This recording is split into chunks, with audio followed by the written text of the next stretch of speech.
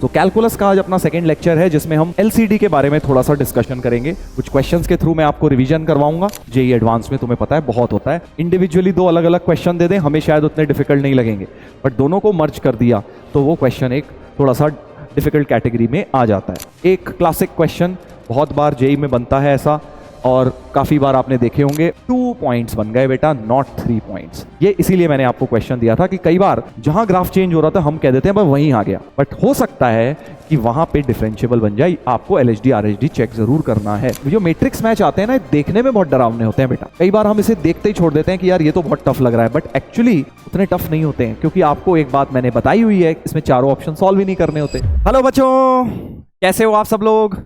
कट्टर JEE advance batch में एक बार फिर से बच्चों आप सभी का स्वागत है मैथ्स में, जहां पे हम लोग 2 चैप्टर्स अपने कर चुके हैं, राइट। हमने पहले मैट्रिसेस एंड डिटर्मिनेंट्स किया रिवाइज, और फिर हमने रिलेशंस फंक्शंस भी चैप्टर कर लिया था। आई होप बेटा आप लोगों ने वो लेक्चर्स देख लिए हैं। अगर नहीं देखे हैं तो पहले उनको देख लीजिए, क्योंकि अब हम लाइन से बेटा कैलकुलस को करेंगे। तो कैलकुलस का आज अपना सेकंड लेक्चर है जिसमें हम एलसीडी के बारे में थोड़ा सा डिस्कशन करेंगे। कुछ क्वेश्चंस के थ्रू मैं आपको रिवीजन करवाऊंगा। जैसा कि मैंने आपको पहले भी बताया था क्या फॉर्मेट हमें फॉलो करना है इस बैच में, किस तरह से आपको बेस्ट आउटपुट आ सकता है बेटा इस बैच, फ्री बैच के थ्रू जो यूट्यूब पे आपको मिल रहा है। दैट इज आपको खुद से पॉज कर करके क्वेश्चंस को बेटा ट्राई करना है, ठीक है ना। और क्वेश्चन जो हम करवा रहे हैं इस बैच में, कोशिश ये है कि सिमिलर जो कॉन्सेप्ट्स पे जेई पूछता है पिछले कुछ सालों से एडवांस में, वही मेजर कॉन्सेप्ट्स पे क्वेश्चंस कवर किए जाएं, ठीक है। तो समय कम है, उस समय के हिसाब से उसका बेस्ट उपयोग करेंगे, और जो रेलेवेंट चीजें हैं, सबसे इंपॉर्टेंट चीजें हैं, उनको हम पहले फोकस करके करेंगे। चलिए तो स्टार्ट करेंगे भाई। एलसीडी नाम का चैप्टर है, आप सब जानते हैं इस चैप्टर को। इसमें 3 पार्ट्स होते हैं, limits, continuity and differentiability. Generally JEE में क्या होता है, लिमिट्स का एक क्वेश्चन या 2 आ जाते हैं, और डिफरेंशिएबिलिटी का और कंटिन्यूटी का मिक्स्ड क्वेश्चन आता है ना। तो हम देखेंगे 2024 के में क्वेश्चन 1-2 आपको करा भी दूंगा, और साथ में कुछ ब्रेन टीजर्स हम लोग करेंगे। चलिए तो स्टार्ट करते हैं। पहला question, F N is limit extending to 0 x minus this then the value of this sigma आपको बताना है। तो पहला काम तो समझ आ रहा है कि भाई पहले हमें इस एफ एन को सिंप्लीफाई करना होगा, दैट इज लिमिट को सॉल्व करना होगा, लिमिट एक्सटेंडिंग टू 0। अब लिमिट जो है, लिमिट के क्वेश्चन में आपको सबसे पहले क्या करना होता है, अपने को सबसे पहले फॉर्म देखनी होती है। तो x को अगर मैं 0 डाल दूंगा, ये 0 ये 0 ये भी 0 ये भी 0/0 फॉर्म साफ समझ आ रही है।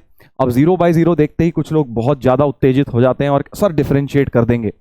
भाई बुरा हाल हो जाएगा इसको डिफरेंशिएट करने में।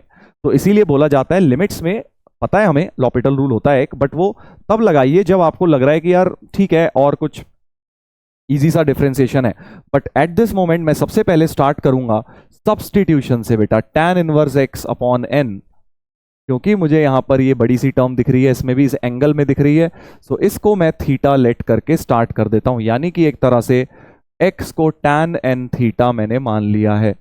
x को tan n थीटा मैं सब्स्टिट्यूट करता हूं जरा, तो हमारे पास आ जाएगा एफ एन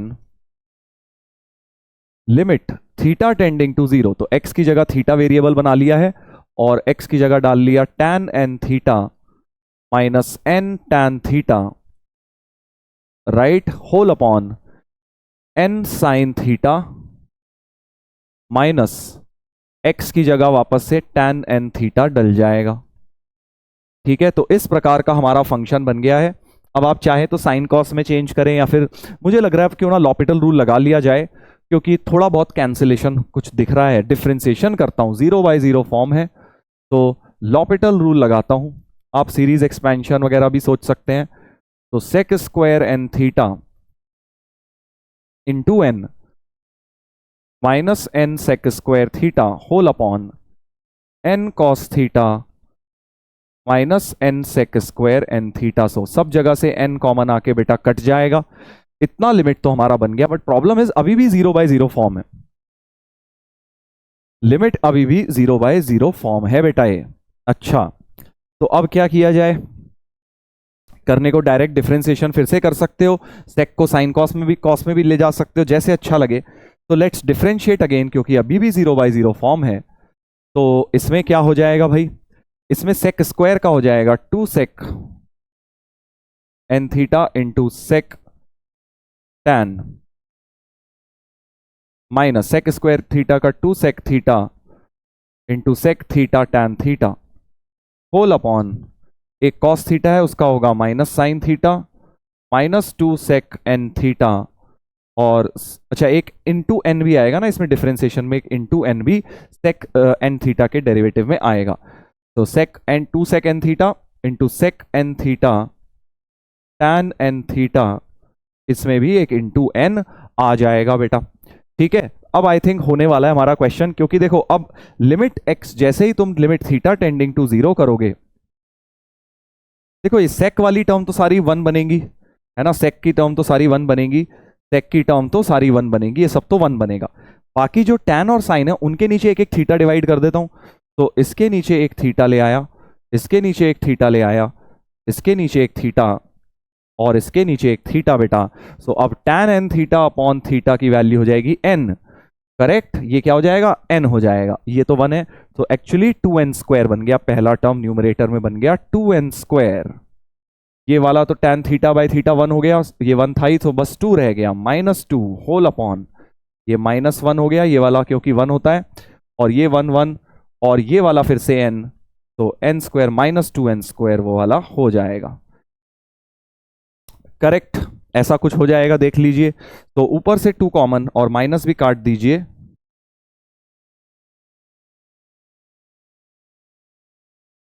इस प्रकार से बन जाएगा हमारा एफ एन की वैल्यू हमारे पास आ गई है भाई। तो लिमिट सॉल्व करके क्या हो गया, एफ एन सॉल्व हो गया बेटा। अब अगर नहीं हुआ है तो कंप्लीट करिए इसे, बस अब तो क्या एफ एन की वैल्यू ऊपर नीचे डालनी है सिग्मा के अंदर। तो सिग्मा एन जो है 1 से 10 तक है 2 माइनस एफ एन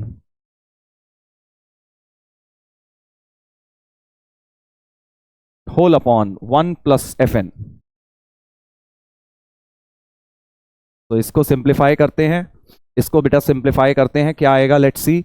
तो हमारे पास आ जाएगा, एलसीएम लेंगे तो 2 plus 4n square minus 2 plus 2n square, और एलसीएम एलसीएम तो कट जाएगा, 1 plus 2n square plus 2 minus 2n square, ये गया ये गया, तो 6n square by 3 which means 2n square बन गया हमारे पास। क्या बन गया है सिंप्लीफाई होके, 2n स्क्वायर बन गया बेटा, कितना बढ़िया हो गया। देखो अब तो सीक्वेंस सीरीज लग जाएगा, सिग्मा n 1 से 10 2n स्क्वायर लगाना है, सिग्मा n स्क्वायर तुम्हें पता है nn plus 1 2n plus 1 bye 6 होता है बेटा, स्पेशल सीरीज है ना, सीक्वेंस सीरीज वाला। n को बेटा 10 डाल दो यहाँ पे, तो 1/3 10 11 21 3 7 21, तो 770 जो है हमारा आंसर इस क्वेश्चन का हो जाना चाहिए, 770 आंसर हो जाना चाहिए बेटा। ऐसे करना है आपको ये क्वेश्चन, बहुत प्यारा प्रॉब्लम, बहुत कोई डिफिकल्ट क्वेश्चन नहीं है कि आउट ऑफ द वे जाके सर ये तो हो ही नहीं सकता था। लिमिट का ये क्वेश्चन, यहां से लिमिट सॉल्व करी और फिर एफ एन इसमें डाला और सीरीज का थोड़ा सा क्वेश्चन वो बन गया। दो कॉन्सेप्ट मिक्स, ऐसा जेईई एडवांस में तुम्हें पता है बहुत होता है, दो चैप्टर्स दो कॉन्सेप्ट्स मिक्स करके पूछे जाते हैं। इंडिविजुअली दो अलग अलग क्वेश्चन दे दें हमें शायद उतने डिफिकल्ट नहीं लगेंगे, बट दोनों को मर्ज कर दिया तो वो क्वेश्चन एक थोड़ा सा डिफिकल्ट कैटेगरी में आ जाता है। चलिए अगला देखते हैं, ब्रेन टीजर नंबर 2। एक क्लासिक क्वेश्चन, बहुत बार जेईई में बनता है ऐसा, और काफी बार आपने देखे होंगे। Mod c less than half है, f x is a differentiable function at 0, 0 पे डिफरेंशिएबल है यानी कंटिन्यूअस भी है, तो हमें पता है 0 पे हमें क्या करना होगा, कंटिन्यूटी एंड डिफरेंशिएबिलिटी दोनों चेक करनी होगी। तो 0 पे देखिए, 0 पे वैल्यू हाफ है, तो f0 और f0 प्लस और f0 माइनस इन तीनों को बराबर रखेंगे। f0 तो हाफ है, पहले मैं कंटिन्यूटी देख रहा हूं है ना, 0 प्लस मिलेगा यहां से, तो e की पावर इसकी लिमिट निकालेंगे, लिमिट एक्सटेंडिंग टू 0 e की power ax by 2 minus 1 upon x, तो e की power theta minus 1 upon theta लगाएंगे तो a बाई 2 से मल्टीप्लाई और a बाई 2 से डिवाइड कर दिया मैंने, तो e की power t minus 1 upon T, ये तो 1 हो गया, तो ये एक्चुअली a बाई 2 ही आ गया बेटा, तो ये वाली चीज तो a बाई 2 ही बन गई है। तो RHL मैंने यहीं पे सॉल्व कर दिया, a तो 1 मेरा आ भी गया है। LHL देखते हैं, अब LHL मतलब 0 को से थोड़ा छोटा यहां डाला जाएगा, सो LHL जो होगा, x को 0 डाल दो, b sine inverse c by 2 हो जाएगा, तो ये एक इक्वेशन बन गई। a तो यहां से 1 आ गया और b sine inverse c by 2 तुम्हारा हाफ आ गया है, ठीक है भाई, बट ऐसा कुछ तो पूछा नहीं है। चलो a तो मिल गया अपने को, अब कंटिन्यूटी तो हमने चेक कर ली, कंटिन्यूटी तो बेटा चेक कर ली, अब हमें क्या कर लेना चाहिए, डिफरेंशियबिलिटी भी कर लेना चाहिए, है ना। LHD RHD भी हमें सॉल्व करना चाहिए। तो अब LHD RHD को हम सॉल्व करते हैं। पहले RHD निकाल लेते हैं, H0, सो यानी F'0 प्लस F'0 प्लस क्या हो जाएगा, यहां से मिलेगा F(0) प्लस H। तो क्या होता है formula, F(0) plus H, first principle से निकाल रहा हूं, माइनस F(0) अपॉन H हो जाता है बेटा, है ना। तो F(0) प्लस H क्या हो जाएगा, e की power AH/2 minus 1 upon H, और F(0) तुम्हारा हाफ था ही, अपॉन में H हो जाएगा, करेक्ट। ऐसा कुछ हो जाएगा। अब हमें क्या करना चाहिए, एलसीएम ले लेना चाहिए, एलसीएम ले लेना चाहिए बेटा। तो ये हो जाएगा, ये तो 1 ही डाल दो, तो e की पावर H/2 माइनस 1 इंटू 2, है ना, 2H एलसीएम आएगा ना इनका। तो बेसिकली ऐसा कुछ बन जाएगा 2 इंटू e की power H/2 minus 1 minus H upon 2H square, correct. 0/0 form है, लॉपिटल लगा देता हूं, फिर से लॉपिटल लगा देता हूं। तो 2 टाइम्स e की पावर H/2 इंटू हाफ, उधर से आएगा माइनस 1 अपॉन 4H, तो ये 2 और ये 2 गया, तो वी विल हैव e की power H/2 minus 1 upon 4H। H को H/2 इंटू 2 कर लीजिए, e की power t minus 1 upon T, ये फिर से 1 हो गया। सो ये लिमिट आ गई 1/8। तो RHD राइट हैंड डेरिवेटिव आ गया 1/8। कुछ लोग डायरेक्ट डिफरेंशिएशन करते हैं, मत करो वो, फर्स्ट प्रिंसिपल से कर लो, बेटर रहता है, एडवांस में कहीं कुछ गड़बड़ हो जाए, first principle is safer. Similarly LHD निकालेंगे बेटा, LHD मतलब F'0 माइनस, इसका फॉर्मूला होता है F(0) minus H minus F(0) upon minus H, limit H tending to 0। तो 0 माइनस H यहां से मिलेगा B sine inverse C minus H/2, right, C minus H/2, ये हो गया F(0) माइनस H, F(0) था हाफ, और नीचे आ जाएगा बेटा माइनस H, करेक्ट। फिर से 0/0 होगी ये, सो LH रूल हम लगाते हैं इसमें, लॉपिटल रूल लगाते हैं। सो B साइन इनवर्स का derivative 1 upon under root x square into में माइनस हाफ भी आएगा, बिकॉज समझ रहे होगे आप, क्योंकि चेन रूल भी लगेगा साइन इनवर्स के डेरिवेटिव में। और माइनस हाफ का तो 0 हो गया, और नीचे हो गया -1, माइनस से माइनस गया, और H को अब आप 0 डाल दो, इनडिटर्मिनेट फॉर्म बेटा जा चुकी है। तो b/2 under root 1 minus c²/4 ऐसा कुछ हो गया, चेक कर लीजिए। b/2 ये वाला माइनस माइनस तो कट गया, और H को 0 डाला तो 1 माइनस c²/4, ये हमारा LHD बना है बेटा, LHD बना है। और अब फॉर डिफरेंशियबिलिटी क्या करोगे, RHD और LHD को इक्वेट कर देता हूं। तो b/2 रूट 1 माइनस c²/4 ये बराबर 1/8 कर देता हूं। 1/8 आया था ना RHD, वो देखिए। So we have cross multiply करेंगे, 4b equal to root 1 minus c²/4, squaring both side 16b², यहां पे 64b² is 4 minus c², so 64b² plus c² की वैल्यू 4 हो गई है बेटा, ठीक है। 64b² प्लस c² ही यहां क्रिएट किया हुआ है, तो इतनी चीज की वैल्यू हो गई 4, और a तो तुम्हारा 1 था, तो ये हो गया 1, so 4 + 1 5 should be the answer to this question, 5 होना चाहिए। अब यार ये क्वेश्चंस देखो ऐसे हैं, ये बिल्कुल इजीली क्रैक करने वाले क्वेश्चंस हैं एडवांस्ड में, इसमें कोई बहुत ज्यादा दिमाग नहीं लग रहा है, थोड़े कैलकुलेटिव हैं, मैंने आपको बताया था। तो ये मीडियम कैटेगरी में है, जो थोड़े कैलकुलेटिव बट कॉन्सेप्चुअली कोई घिसा पेटा कॉन्सेप्ट है, कोई नया इसमें कॉन्सेप्ट नहीं लग रहा है। तो ये वाले क्वेश्चंस आपको अच्छी तरह से बेटा करने हैं, प्रैक्टिस, क्योंकि यही सबसे ज्यादा होंगे एग्जाम में, यही वाले होने की प्रोबेबिलिटी सबसे ज्यादा है, जो आपको कॉन्सेप्ट आता होगा, बस वहां पे जाके आपको अपना मैनिपुलेशन थोड़ा बहुत करना होगा। Number of points of non differentiability, तो मिनिमम ऑफ 3 ग्राफ्स है, मिनिमम ऑफ 3 ग्राफ्स है, हमें बताना है कि यार नॉन डिफरेंशियबिलिटी कहां कहां है। तो क्लियरली क्वेश्चन जो है ग्राफ का क्वेश्चन है, ग्राफिकल सोल्यूशन इससे हमें जाना होगा। सबसे पहला ग्राफ तो y = 1 है, y = 1 बेटा एक ग्राफ हो गया इस प्रकार का, ये है y = 1, y = 1 लाइन है।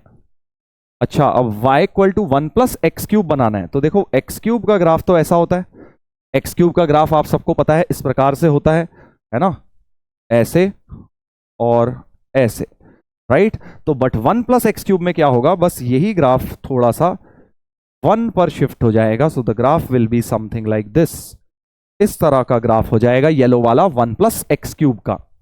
करेक्ट, ये ओरिजिन है और ये 0,1 है। दूसरा ग्राफ भी हो गया, दूसरा भी हो गया। और अब हमें बनाना है x square minus 3x plus 3 का ग्राफ। ठीक है, तो जो ये है ये क्वाड्रेटिक है बेटा, y is equal to x square minus 3x plus 3। तो इसको आप क्या करेंगे, इसका देखो डिस्क्रिमिनेंट तो नेगेटिव ही है, डिस्क्रिमिनेंट तो नेगेटिव है, तो कोई रूट तो इसका आएगा नहीं। तो माउथ ओपनिंग अपवर्ड पैराबोला है और इस लाइन को y इक्वल टू 1 को कहां कट कर रहा है चेक कर लेते हैं। So x square minus 3x plus 3, क्योंकि हमें y इक्वल टू 1 के साथ देखना है ना कौन बड़ा है कब बड़ा है। तो इसके सॉल्यूशन तो बहुत प्यारे आ रहे हैं, x माइनस 2 x माइनस 1 बराबर 0, यानी x की वैल्यू 1 और 2। करेक्ट। तो आपका क्या मतलब हो गया, बेसिकली मतलब ये हो गया भाई कि ये जो है ग्राफ, इसके रूट तो कोई है नहीं, इसके रूट तो कोई है नहीं, but x equal to 1 and 2 पर ये लाइन इस ग्राफ को इंटरसेक्ट कर रही है। 1 एंड 2 पे इस ग्राफ को इंटरसेक्ट बेटा कर रही है। गॉट इट, चेक कर लीजिएगा जरा, चेक कर लीजिएगा। अच्छा, अभी एग्जैक्ट ग्राफ नहीं है क्योंकि अभी हमें ये भी देखना है कि यार ये पॉइंट्स क्या है क्या है, अभी वो बना लेंगे हम एग्जैक्ट ग्राफ, पहले थोड़ा सा हम इस ग्राफ को स्टडी कर रहे हैं। तो 1 और 2 पे ये इंटरसेक्ट कर रहा है, this is the point 1, this is the point 2। तो क्यूबिक के साथ कहां इंटरसेक्ट कर रहा है ये भी हमें देख लेना चाहिए, है ना, ये भी हमें देख लेना चाहिए कि जो है हमारा ग्राफ, जैसे ये वाला पॉइंट हो गया 1,2, करेक्ट, 1,1 और ये हो गया 2,1। तो अगर आप पैराबोला और क्यूबिक को सॉल्व करेंगे, पैराबोला और क्यूबिक को अगर सॉल्व करें, x square minus 3x plus 3, तो x cube equal to x square minus 3x plus 2 हो गया है बेटा, है ना, ऐसा कुछ हो गया है। क्या ये मेरा कॉन्सेप्ट सही लग रहा है आपको? आई थिंक अभी तक तो सही है। तो यहां तक x cube minus X square plus 3x minus 2 बराबर 0। अब यहां से कोई सोल्यूशन आ जाएगा, पता नहीं क्या आएगा, जो भी आएगा अभी के लिए हम छोड़ देते हैं, है ना, हम मान लेते हैं यार कुछ आ रहा होगा। अच्छा, एक बात और, इसमें क्योंकि ऊपर ही रहेगा ना ये, क्योंकि 1 पर ये 2 हो रहा है, 1 पर 1 प्लस एक्स क्यूब 2 होगा, तो ऑब्वियसली यहीं कहीं बीच में कहीं ना कोई रूट होगा 0 और 1 के बीच में। बट हमें उससे क्या मतलब, हमें तो नंबर ऑफ पॉइंट्स गिनने हैं, हमें एग्जैक्ट वैल्यू थोड़ी बतानी है। तो अब हमारा ये जो ग्राफ बन गया है, इस ग्राफ की मदद से अब हम तीनों के मैक्स जरा बनाते हैं। हमें क्या मिनिमम बनाना है बेटा, तीनों का मिनिमम। तो मिनिमम ऑफ द 3 ग्राफ्स क्या होता है, जो सबसे नीचे हो, जैसे इस रीजन में ये सबसे ऊपर है ग्रीन, फिर रेड है, फिर येलो है, तो मिनिमम क्या हो जाएगा, ये येलो वाला हो जाएगा इतना। इसके आगे अगर हम जाएं, अब देखो ग्रीन सबसे ऊपर, फिर येलो, फिर रेड, अब रेड सबसे नीचे आ गया, इस रीजन में रेड सबसे नीचे आ गया बेटा। सो एक्चुअली अगर अब आप देख पा रहे हैं 3 फंक्शंस के मिनिमम का ग्राफ, तो क्या बन जाएगा, मैं थोड़ा एक डिफरेंट कलर से बना देता हूं, ग्रीन कलर से बना देता हूं। यहां तक रहेगा ये वाला मिनिमम है, उसके बाद ये रेड वाला हो जाएगा, और उसके बाद ये वाला ग्राफ हो जाएगा, और उसके बाद ये वाला ग्राफ हो जाएगा। तो ये डार्क ग्रीन से जो मैंने ग्राफ बनाया है, ये हमारा ग्राफ है। ठीक है, इस तरह से आएगा, पहले क्यूबिक का, फिर ये और फिर ऐसे। करेक्ट। आगे तो मिलेंगे नहीं क्योंकि क्यूबिक बहुत बढ़ता जाएगा और ये इसकी स्लोप कम है, तो आगे कहीं मिलने नहीं है वो ग्राफ्स। तो इस तरीके का ग्राफ हो गया। अब तुम ये बताओ कि कहां कहां नॉन डिफरेंशिएबल। अब अच्छा क्वेश्चन ये क्यों है, क्योंकि हमें लगता है सर 3 कॉर्नर बन गए, 1 2 और 3, तो 3 जगह नॉन डिफरेंशिएबल हो गया, जो कि गलत हो गया बेटा। 3 जगह कर्वेचर चेंज हो रहा है बट नॉन डिफरेंशिएबल है, यानी ये तो ये कॉर्नर आ रहा है या नहीं आ रहा है ये पता लग रहा है ना, क्या पता यहां स्मूथ आ रहा हो। और एक्चुअली अब यहां पे स्मूथ ही आएगा, क्योंकि आप देखो जो पॉइंट 0 है, 0 पे अगर आप लेफ्ट हैंड डेरिवेटिव निकालोगे f' 0 माइनस, तो क्या आएगा, ये वाला ग्राफ चल रहा है 0 से कम में, कौन सा ग्राफ चल रहा है? क्यूबिक का 1 + x³ तो इसका डिफरेंशिएशन करोगे तो 3x² यानी 3 यानी 0 आ जाएगा। इसका LHD 0 है बेटा, और राइट हैंड डेरिवेटिव तो इसका 0 है ही क्योंकि कांस्टेंट लाइन है y = 1, सो f'0 + b हमारा क्या हो रहा है? तो एक्चुअली ये देखने में लग रहा है कि वहां कॉर्नर आ रहा है, बट एक्चुअली आ नहीं रहा है। यहां पे कैसा हो रहा होगा? ऐसा आ रहा है, फिर ये ऐसे ही चल रहा होगा सीधे, फिर नीचे यहां कॉर्नर आएगा, फिर यहां, तो ये दोनों कॉर्नर आएंगे और ये 0 वाले पे ट्रांजिशन स्मूथ होगा, ऐसे जा रहा है और सीधी लाइन बन जाएगी जाके, करेक्ट, क्योंकि LHD RHD जो है सेम आ गया है। तो देयरफॉर डिफरेंशिएबल एट 0 आ गया है। सर बाकी पॉइंट पे हमें चेक नहीं करना चाहिए, वो दिख ही रहा है वो। इसका तो लेफ्ट हैंड डेरिवेटिव 0 है, राइट साइड में कुछ ना कुछ नेगेटिव आएगा ही, उसको डिफरेंशिएट करके x को 1 डाल लो, 2x - 3 -1 आ रहा है, तो वो डिफरेंट आ ही रहा है। यहाँ नॉन डिफरेंशिएबल, सेम वे यहाँ भी non differentiable. So number of points actually कितने बन गए? 2 पॉइंट्स बन गए बेटा, नॉट 3 पॉइंट्स। ये इसीलिए मैंने आपको क्वेश्चन दिया था कि कई बार जहां ग्राफ चेंज हो रहा था हम कह देते हैं भाई वहीं आ गया, बट हो सकता है कि वहां पे डिफरेंशिएबल बन जाए। आपको LHD RHD चेक जरूर करना है। Got it? इस तरह का ग्राफ बन रहा है, यहां से चल के वो स्मूथ बन रहा है स्ट्रेट लाइन पे, आगे जाके 2 नॉन डिफरेंशिएबिलिटी के पॉइंट्स हैं। चलिए नेक्स्ट क्वेश्चन देखते हैं। नेक्स्ट क्वेश्चन एक और बड़ा प्यारा क्वेश्चन, देखने में काफी खतरनाक लग रहा है, पता नहीं सर क्या क्या मिक्स किया हुआ है। फंक्शन में है gx है, hx मैक्स मिनिमम है, नंबर ऑफ पॉइंट्स LM निकालने हैं, कंटिन्यूटी डिफरेंस, फिर इंटीग्रेशन भी है, काफी सारे मिक्स्ड कैलकुलस का क्वेश्चन लग रहा है। तो अब ये मत सोचना अरे सर इंटीग्रेशन आ गया, बहुत बेसिक लगेगा। पहले तुम्हें LCD तक का क्वेश्चन सॉल्व करना है, यहाँ L और M निकाल के। तो क्वेश्चन पढ़ते हैं, घबराना नहीं है, डरना नहीं है क्वेश्चन से, उसको देखिए और केयरफुली पढ़िए। fx एक ग्राफ है, gx एक क्यूबिक है, ठीक है, ठीक है, समझ गए। तो अगर आप fx को देखें तो fx का ग्राफ तो बहुत प्यारा है भाई। कैसे प्यारा है भाई? अभी बताता हूं, देखो fx का ग्राफ जो है, सिर्फ अगर ये मॉड होता तो ये मॉड तो ऐसा ग्राफ था, है ना भाई। अगर सिर्फ मॉड होता, +3 नहीं होता, तो ये ऐसा होता। तुम्हें पता है इसके क्रिटिकल पॉइंट्स 2 और 1 है, तो 1, 0 पे और 2, 0 पे ये शार्प कॉर्नर लेता। बट +3 करने की वजह से क्या हो जाएगा? 3 यूनिट ऊपर शिफ्ट हो जाएगा बेटा, 3 यूनिट ऊपर शिफ्ट हो जाएगा ग्राफ। तो जो चीज 0 पे हो रही थी वो ही चीज अब 3 पर होने लग जाएगी। तो ये पॉइंट हो गया 1, ये हो गया 2, और ये जो पहले 0, 5 हो जाएगा y एक्सिस का पॉइंट, 3 यूनिट ऊपर चले गया। तो ये किसका ग्राफ हो गया बेटा? ये हो गया हमारा fx का ग्राफ। ट्रांसफॉर्मेशन ऑफ ग्राफ्स लगा दिए। अब क्या करना है? दूसरा ग्राफ gx का बनाना है, क्यूबिक का ग्राफ। क्यूबिक के ग्राफ्स आपको पता है कैसे बनाए जाते हैं। क्यूबिक के ग्राफ सर रूट मिल जाए तो बेस्ट है, रूट मिल नहीं रहा, अगर देखोगे लग रहा है कि 1 हो जाएगा बट नहीं हो रहा 1 रूट। एक्चुअली x = 1 डाल के कट गए, 1 और 1 2 बन रहे हैं, तो g1 2 है एक्चुअली। तो डिफरेंशिएट करते हैं, g' निकालते हैं बेटा। तो 3 common, x² - 2x + 1 which means 3 × x - 1 whole square. तो g' जो है एक परफेक्ट स्क्वायर आ गया। इसका क्या मतलब है?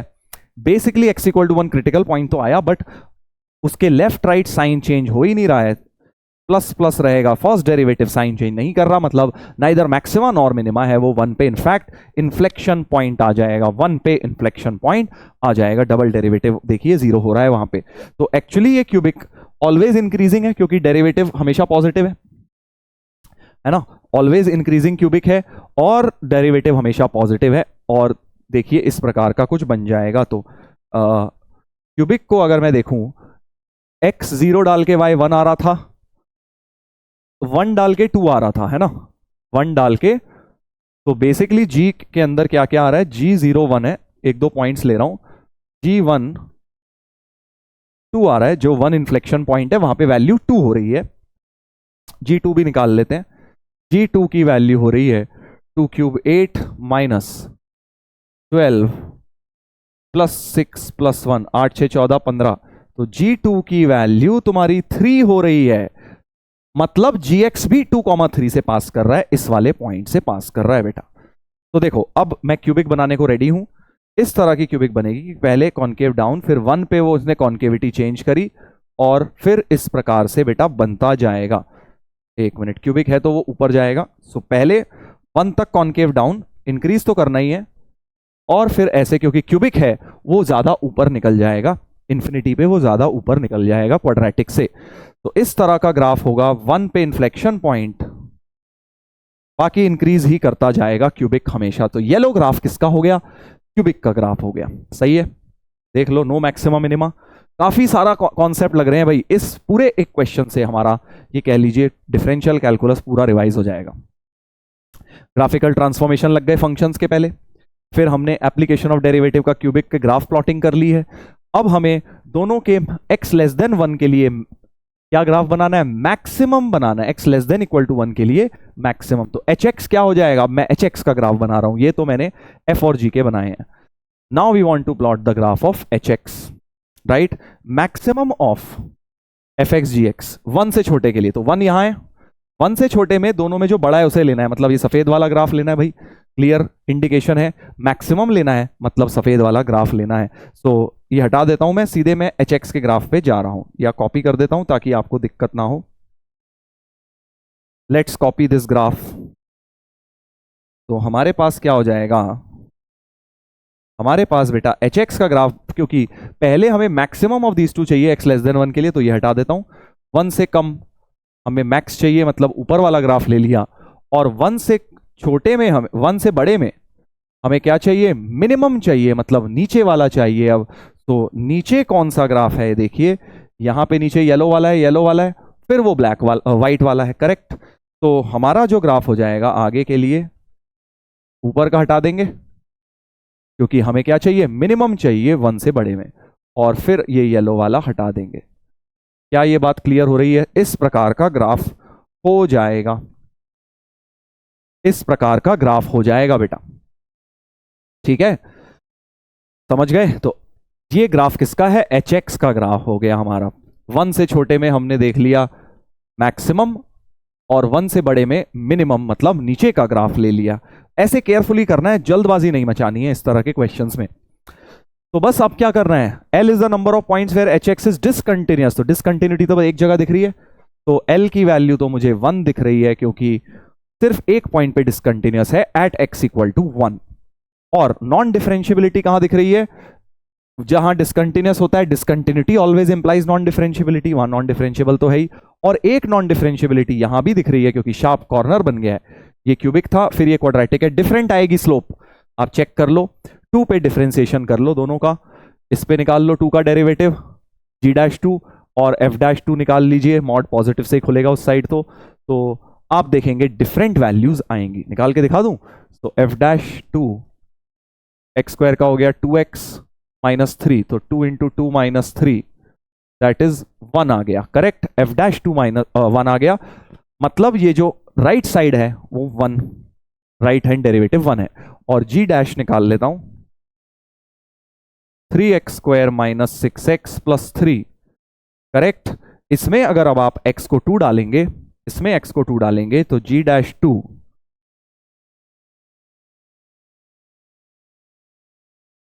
4 3 12, 12 ये गया, 3 आ गया। तो क्लियरली RHD LHD अलग अलग हैं, यानी नॉन डिफरेंशियबल है उस पॉइंट पर हमारा फंक्शन। सो L की वैल्यू 1, M की वैल्यू 2, बिकॉज यहां भी नॉन डिफरेंशियबल, वहां भी non differentiable at both 1 and 2। तो L और M हमारे निकल कर आ गए।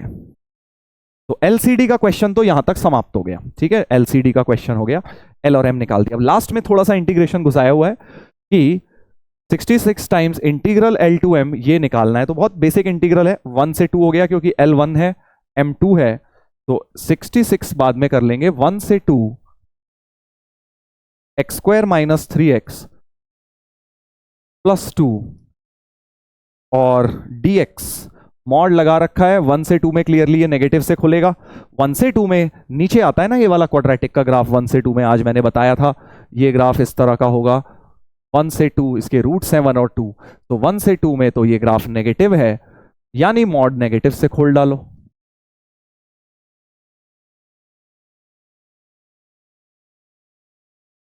और अब इंटीग्रेट कर दीजिए x cube by 3 minus 3x² by 2 plus 2x, और लिमिट्स एक काम करता हूं, माइनस को इंटरचेंज करके लिमिट्स को 1 और 2 ऐसे बना देता हूं। ठीक है, कर लीजिए। अब 1 क्यूब माइनस 2 क्यूब मतलब -7/3, 1 स्क्वायर मतलब 1 - 4 -3 हो गया, और प्लस 2 इंटू 1 - 2 हो गया -1।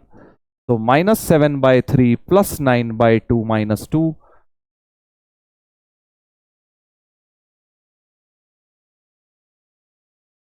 कितना हो गया भाई? 26, 27, 1/6 आ गया। तो इंटीग्रल का वैल्यू 1/6 आ गया, और 66 मल्टीप्लाई करना है। 66 into 1/6, 11 should be your final answer. Final answer क्या होगा बेटा? 11 होगा। ठीक है, फाइनल आंसर 11 हो जाएगा। ऐसे करते हैं ये वाले क्वेश्चंस। आप देखिए, बहुत प्यारा क्वेश्चन है, इसमें सारा कुछ मिक्स हो गया, बस इसमें गलती के मल्टीपल स्टेप्स हैं, बहुत सारी जगह है जहां आप मिस्टेक कर सकते हैं। केयरफुली करेंगे तो आपकी गलती नहीं होगी। थोड़ा सा बस केयरफुली करना है यार। ये है कि जल्दबाजी मत मचाओ, कहीं पे जल्दी जल्दी कर दूंगा तो हो जाएगा, फिर कहीं ना कहीं आपकी दिक्कत पैदा होती है। चलो, एक और बहुत बढ़िया क्वेश्चन, ऐसा एडवांस में 2-3 बार आ चुका है डिफरेंट डेटा के साथ। मैंने डेटा चेंज कर दिया है, बट जेई एडवांस्ड में 2019 में भी आया हुआ है, 2023 में भी आया हुआ है, 2013 में भी आया हुआ है। ऐसा क्वेश्चन आपको मिल जाएगा लिमिट का, लिमिट ऑफ अ सम का क्वेश्चन है एक्चुअली, क्योंकि यहाँ सीरीज चल रही है, यहाँ भी सीरीज चल रही है, मतलब डेफिनेट इंटीग्रल से हम इसको अप्रोच करेंगे। तो पॉज करके करो जल्दी try. Such that limit N tending to infinity. ठीक है, तो ऊपर हो गया सिग्मा r की पावर 1/4, है ना, r जो है 1 से n तक जा रहा है, और नीचे हो गया तुम्हारा n की पावर 13/4 है, और सिग्मा 1/an प्लस r का क्यूब। करेक्ट, r जो है फिर से 1 से n तक जा रहा है, ये सिग्मा हमें पता है। चलो, अब मैं क्या करूंगा, मुझे r/n बनाना होता है ना, वो डेफिनेट इंटीग्रेशन वाला कह रहा हूं। r/n को x डालते हैं, 1/n को dx डालते हैं, ये वाली चीज करनी है। थ्योरी में आपने पढ़ी होगी बेटा, ये definite integral as a limit of sum. तो एक काम करते हैं, r के नीचे पावर 1/4 चाहिए, इसमें से खिसका के डाल दो यहां, तो इसको लिख लो r/n की पावर 1/4। ठीक है जी, एक तो 1/4 चली गई, 12/4 यानी n³ बच गई, और इसमें से भी n³ जबरदस्ती कॉमन निकाल लो। तो सिग्मा r बाय, समझ रहे हो ना मैं क्या कह रहा हूं? बेसिकली जब आप इसमें से n³ जबरदस्ती कॉमन निकालोगे, a plus r/n whole cube बन जाएगा, और ये n³ सिग्मा से बाहर ही आ जाएगा, सिग्मा तो r का है, तो ये n³ कट जाएंगे। तो हमारे पास क्या आ जाएगा बेटा?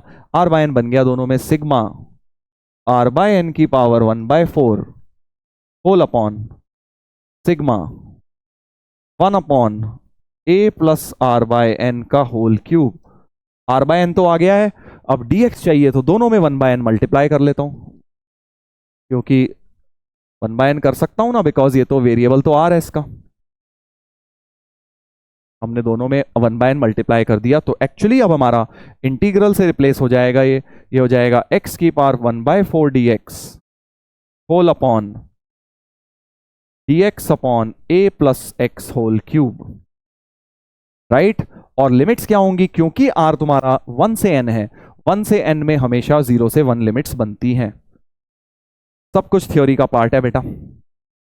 ठीक है, बस अब तो इसको, ये 125 दिया हुआ है, इंटीग्रेशन अब ऊपर नीचे कर देते हैं और इक्वेशन सॉल्व कर लेते हैं बेटा। तो x की पावर 1/4 की हो जाएगी 4/5 x की पावर 5/4, 0 एंड 1 नीचे आ जाएगा, a प्लस एक्स की पावर -3 है ना, तो a प्लस एक्स की पावर -2 अपॉन -2 आ जाएगा, 0 एंड 1। तो ये कितना हो जाएगा भाई? 4/5 ही हो जाएगा, और इसको लिमिट्स उल्टी कर दो,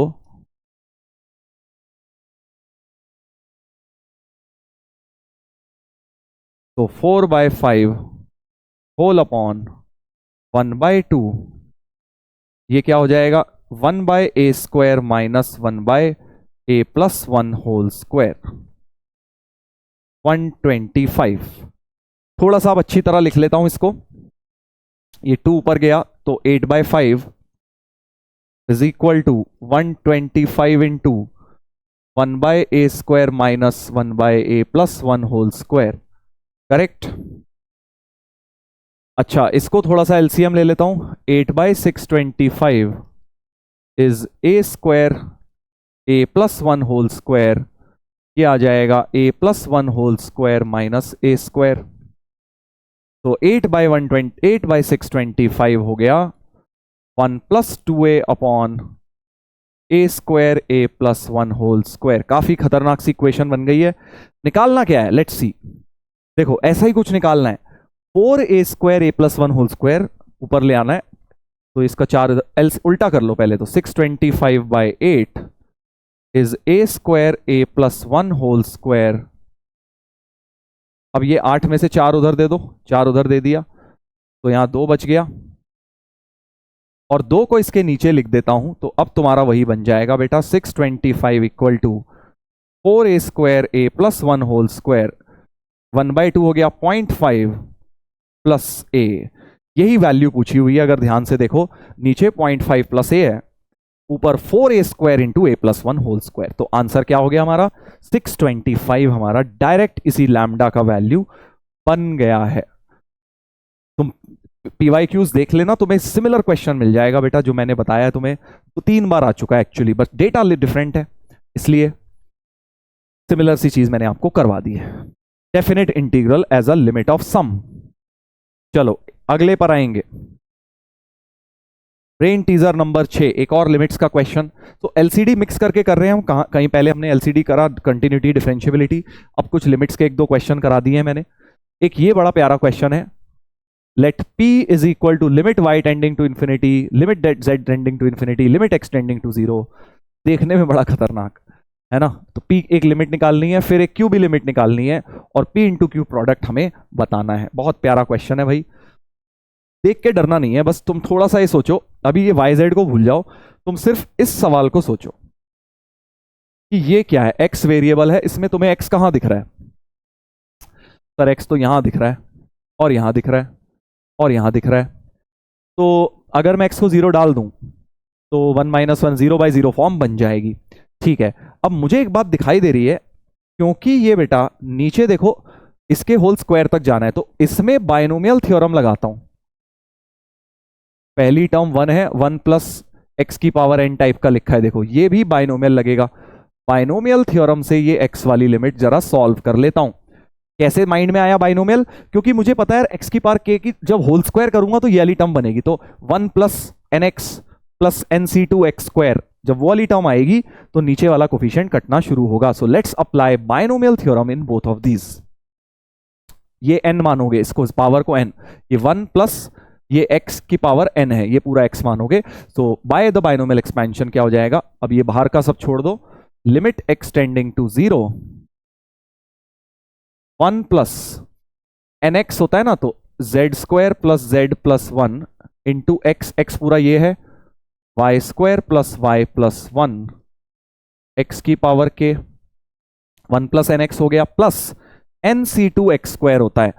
nc2 मतलब इसका c2, z² + z + 1 c2, और इस पूरे का होल स्क्वायर आएगा, y² + y + 1 whole square into x⁻2k।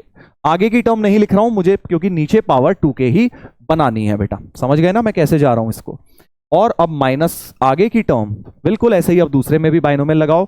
एक आएगा 1 + nx, y² + y + 1, और इस बार x पूरा ये है, z² + z + 1 into x⁻k plus nc2, n इस बार ये है, y² + y + 1 c2 इंटू,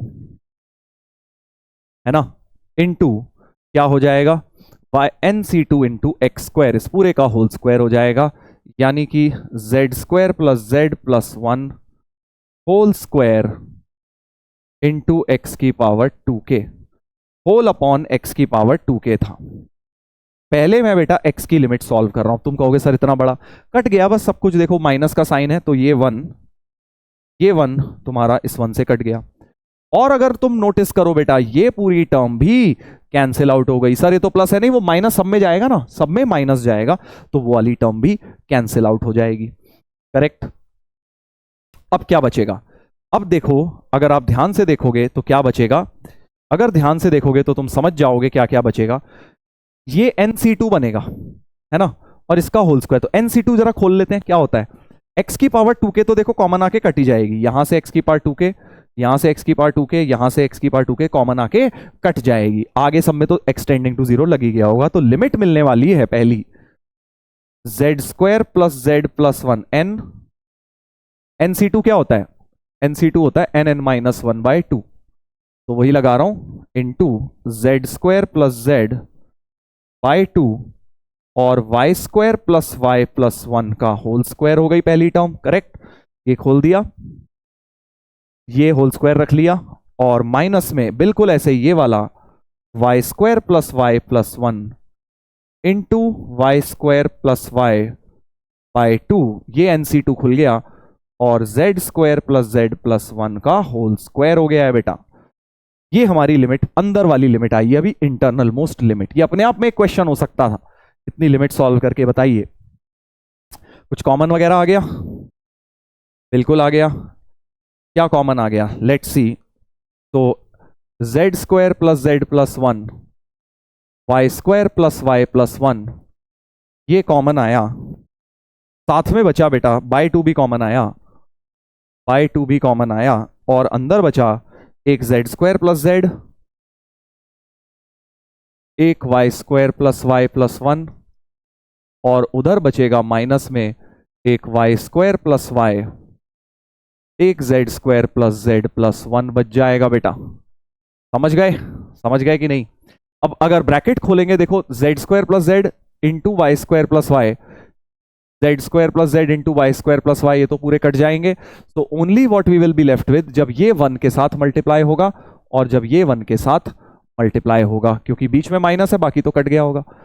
तो z² plus z plus 1, y² plus y plus 1 by 2, z² plus z बच गया, और माइनस में y² प्लस y बच गया बेटा। आई गेस अब आपका क्वेश्चन ऑलमोस्ट खत्म होने की कगार पे है। लिमिट तो, पहली लिमिट तो सॉल्व हो गई है। अब हमें करनी है z tending to infinity 1/z4 भी इस लिमिट में मल्टीप्लाई करना है। तो अभी हमने ये लिमिट सॉल्व करी है, ये वाला इनर मोस्ट ब्रैकेट, ये करेक्ट। अब इसमें मुझे z tending to infinity 1/z4 करना है, तो 1/z4 z tending to infinity. तो अब इंफिनिटी बाय इंफिनिटी लगेगा यहां से, तो तुम्हें क्लियर हो गया होगा कि भाई यहां से ऊपर बस z की पावर 4 का कोफिशिएंट देखना है, क्योंकि नीचे आ रहा है z की पावर 4, ऊपर भी देखिए एक z² इंटू z², बस यही term z to the power 4 दे रही है, दिस इंटू दिस। तो कोफिशिएंट क्या हो जाएगा? ये पूरा हो जाएगा बाय 2। तो सीधे सीधे मैं लिख सकता हूं जो सेकेंड लिमिट आएगी इंफिनिटी बाय इंफिनिटी फॉर्म के हिसाब से, वो बाकी सब टर्म 0 बनने वाली है, मैक्सिमम पावर चाहिए बस, तो y² प्लस y प्लस 1/2 बन जाएगी बेटा। ये बन जाएगी हमारी लिमिट। समझ गए कि नहीं समझ गए? दोबारा से सुन लो, नीचे z की पावर 4 है, ऊपर कहां से मिलेगी z की पावर 4? सिर्फ इस टर्म से, और सब डिग्री कम है। तुम्हें पता है इंफिनिटी बाय इंफिनिटी में जो हाईएस्ट डिग्री होता है बस उसके कोफिशिएंट्स का रेशियो बन जाता है।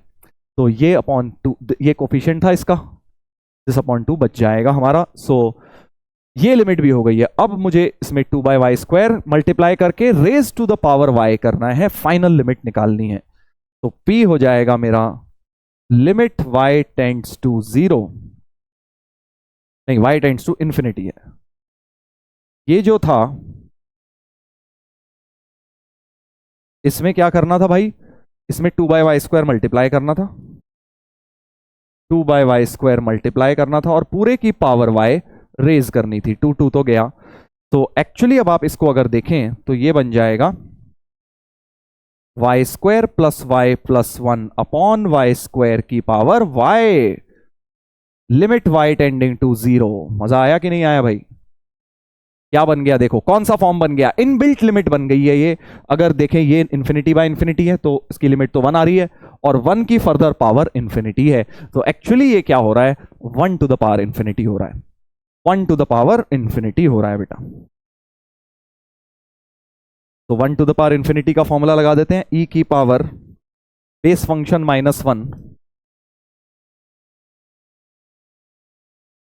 इनटू पावर फंक्शन, यही तो होता है। सो ई की पावर वाई स्क्वायर कट गया, y plus 1 into Y upon Y square, तो ये हो गया ई की पावर 1, इंफिनिटी बाय इंफिनिटी लगा दी, ई की पावर 1 निकल कर आ गई है ये लिमिट, p की वैल्यू आ गई e। तो the first limit p becomes e, first limit आई है भाई। अभी तो ये अपने आप में क्वेश्चन हो सकता है, ठीक है ना, अपना इंडिपेंडेंट हो सकता है, बट साथ में एक और चीज डाली हुई है, साथ में बेटा एक और चीज डाली हुई है कि आपको दूसरी लिमिट भी निकालनी है, क्यों, limit n tending to infinity. चलो अब इस लिमिट को सॉल्व करते हैं। काफी भारी भरकम थी भाई पहली वाली लिमिट, है ना, बट बढ़िया तरीके से सॉल्व हो गए। लिमिट्स के अंदर लिमिट्स के बहुत सारे कॉन्सेप्ट्स लगते जा रहे थे। क्यू जो लिमिट है वो है 2n limit n tending to infinity, limit n tending to infinity 2n into n factorial upon n की power n whole to the power 1/n। I think ये वाली बहुत स्टैंडर्ड क्वेश्चन है ये, हाँ यही है। तो 2n को जरा खोलता हूं, 2n को जरा ओपन करता हूं, 2n factorial upon n factorial, एक n फैक्टोरियल कट गया, n की पावर n, तो ये बन जाएगा 2n फैक्टोरियल को भी खोल लो, n फैक्टोरियल कट जाएगा, n plus 1 n plus 2 n plus 3 up to n plus n, यानी 2n रह जाएगा n plus n, correct. n factorial इसमें भी काट दिया, और नीचे जो n की पावर n है उसे n n n n n कर दिया लाइक दिस, पावर में 1/n हो गया, limit n tending to infinity. तो ये हो गया 1 plus 1/n, 1 plus 2/n, 1 plus 3/n, 1 plus n/n और होल पावर में 1/n। ये क्या है तुम्हारा Q। अब log अगर ले लूं बेटा तो ये प्रोडक्ट सम में चेंज हो जाएगा, है ना। सो ln Q हो जाएगा 1/n sigma ln 1 plus r/n, r starts from 1 to n, है ना। प्रोडक्ट था 1 2 3 4 5 अप टू n तक, तो वो सम में चेंज हो जाएगा log लेते ही, और फिर से अब r/n वाला कॉन्सेप्ट लग गया बेटा, r/n 1/n बन गए हैं। सो ln Q हो जाएगा integral ln 1 plus x dx, x varies from 0 से 1, बिकॉज 1 से n जब भी होता है, r 1 से n होता है, तो x 0 से 1 ही होता है बेटा। बढ़िया था ना, खतरनाक क्वेश्चन है। देखो अभी तो क्वेश्चन Q वाला पार्ट बना है, P वाला इतना था, Q आ गया। बस इसको इंटीग्रेट कर लेते हैं, इसको इंटीग्रेट कर लेते हैं, ln 1 प्लस x में बाय पार्ट्स लगाना पड़ जाएगा, तो ln Q हो जाएगा first function ln 1 plus x into integral of second minus integral of derivative of first into integral of second, ठीक है। इसमें 0 और 1 डाल लो, तो 1 0 डालेंगे 0, तो ln Q हो गया ln 2 minus x plus 1 minus 1 upon 1 plus x dx, तो ln Q बाई 2, या चलो अभी ऐसे लिखो, ln Q equal to ln 2 minus this और दिस कटा, तो इंटीग्रल dx बचा, x बचा, और प्लस ln 1 प्लस x बन गया बेटा वो। तो ln Q इक्वल टू, ये भी एक ln 2 बन जाएगा, 2 ln 2 माइनस 1, सो Q हो जाएगा e की पावर 2 ln 2 माइनस 1, e की पावर ln 4 अपॉन e की पावर 1, सो 4/e। Q क्या बन जाएगा बेटा, 4/e बन जाएगा, Q बन जाएगा 4/e। P था हमारा E, P इंटू Q पूछा हुआ था, सो P इंटू Q बन जाएगा 4। काफी खतरनाक क्वेश्चन जो है समाप्त हो गया, है ना, काफी डिफिकल्ट था ये। तो इस तरह के भी, ऐसा भी नहीं है कि सिर्फ हमें मीडियम ही करने हैं, क्लास में थोड़े बहुत डिफिकल्ट भी करेंगे बेटा। ये मत सोचो अब ये हम एग्जाम में कैसे करेंगे, क्या पता इसका एक कोई कॉन्सेप्ट यूज होकर छोटा क्वेश्चन बन जाए मीडियम क्वेश्चन में, तो आप यूज कर सकते हो ना। तो एग्जैक्ट एज इट इज कई बार एडवांस में नई चीजें पूछी जाती, बट उसी का यूज हो जाता है कॉन्सेप्ट। तो आपको पूरे क्वेश्चन में लगभग 5 से 6 अलग अलग कॉन्सेप्ट समझ आए होंगे, उसको यूज करके जेईई एडवांस में क्वेश्चन बन सकता है बेटा, ठीक है। चलो एक और करते हैं, एक और करते हैं बेटा, ब्रेन टीजर नंबर 7। चलो इस पे भी आएंगे। इस तरह का एक थोड़ा ज्योमेट्रिकल पहले आपको करा देता हूं, थोड़ा सा ज्योमेट्रिकल वाला आपको करा देता हूं। चलिए देखते हैं। Let O be the centre of a circle of radius 1। ठीक है, P and Q are the points on the circle such that angle POQ is an acute angle and R is a point outside the circle। ठीक है, समझ गए। तो angle, एक circle use करना है पहले तो हमें, जिसका सेंटर ओरिजिन है और रेडियस 1 है। तो अपना प्यारा सा ये सर्कल हो गया। और अब उसमें वो कह रहे हैं कि एंगल POQ को थीटा यूज कर लो। R is a point lying outside the circle, OPRQ is a parallelogram if area of part। तो ठीक है, देखो इसमें हमें P को फिक्स कर सकते हैं क्योंकि हमें एरियाज की बात करनी है। P को सपोज 1,0 मान लेते हैं और Q को तुम एंगल थीटा पे मान लो, है ना। एंगल POQ क्योंकि थीटा दिया हुआ है, तो मैं P को मैंने एक्स एक्सिस वाला पॉइंट फिक्स कर लिया। सर ऐसे कैसे कर सकते हैं? कर सकते हैं क्योंकि आगे एरियाज की बात करनी है, कोई फर्क नहीं पड़ता। पैरेललोग्राम बनाना है अब हमें, ऐसा इस प्रकार का एक हमने पैरेललोग्राम बना दिया। OPRQ, OPRQ एक पैरेललोग्राम बना दिया। Area of the part of the parallelogram outside the circle is F theta. ये वाले एरिया की बात कर रहे हैं, ये एरिया बोल रहे हैं एफ थीटा है। तो F theta as a function of theta तो बना ही सकते हो। देखो क्यू के कोऑर्डिनेट्स हो जाएंगे कॉस थीटा साइन थीटा। ठीक है जी, तो ये बेस तो 1 है और हाइट कितनी हो जाएगी इस पैरेललोग्राम की? हाइट हो जाएगी ये, यानी कि एक्स एक्सिस से डिस्टेंस, इसीलिए मैंने उसे एक्स एक्सिस का पॉइंट लिया ताकि काफी सिंप्लीफिकेशन हो जाए फंक्शन क्रिएट करने में। तो हाइट ऑफ द पैरेललोग्राम हो जाएगी एक्स एक्सिस से डिस्टेंस यानी वाई कोऑर्डिनेट यानी साइन थीटा, ये हमारी हाइट हो जाएगी। तो area of parallelogram base into height sine theta ही आ जाएगा, है ना। और अब अगर मैं पैरेललोग्राम में से ये सेक्टर का माइनस कर दूं तो एरिया ऑफ सेक्टर, तो बाहर का एरिया मिल जाएगा हमें। एरिया ऑफ सेक्टर होता है half R square theta. Radius तो 1 था तो थीटा बाई 2 ही हो गया। रेडियस तो 1 था इसका, सो थीटा बाई 2 हो गया। So therefore green area, green area जो कि एफ थीटा है हमारा, वो हो जाएगा sign theta minus theta by 2, है कि नहीं। Sign theta minus theta by 2 हो जाएगा। बस अब तो ये निकालना है यार, तो हो गया question. So limit theta tending to 0, sine theta minus theta by 2 whole upon theta निकालना, अलग अलग कर लो। तो sine theta by theta minus theta, theta cut गया, हाफ ये होता है 1, तो 1 माइनस हाफ, हाफ बन गया हमारा आंसर। तो आंसर क्या हो जाएगा बेटा? सी हो जाएगा हमारा आंसर, सी हो जाएगा इस क्वेश्चन का आंसर। अच्छा था भाई, देख लो इजी था ये तो यार, रिलेटिवली आसान क्वेश्चन था। This was a relatively easy question.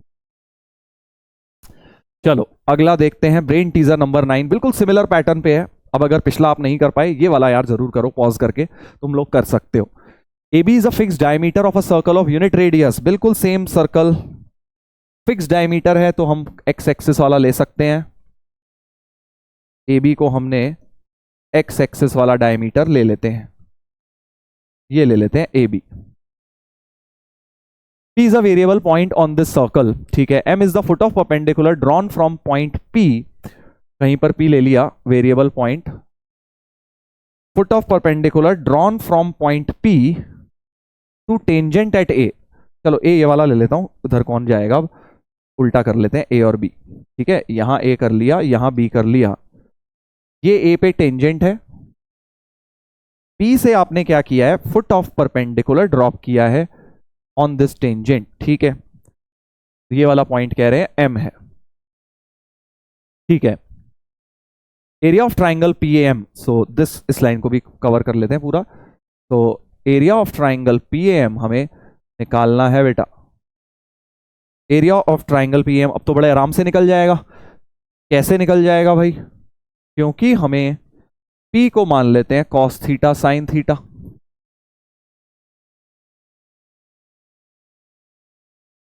है ना। वेरिएबल पॉइंट मानना था, रेडियस तो 1 है ही, और फिर m हो जाएगा x कोऑर्डिनेट, तो देखो इसका 1 ही रहेगा, और y कोऑर्डिनेट साइन थीटा हो जाएगा। ठीक है, तो हमें जो लिमिट निकालनी है उसमें एक तो एरिया ऑफ ट्राइंगल PAM लिखना है। तो ट्राइंगल PAM का एरिया आप डायरेक्ट नहीं लिख सकते, सोचो।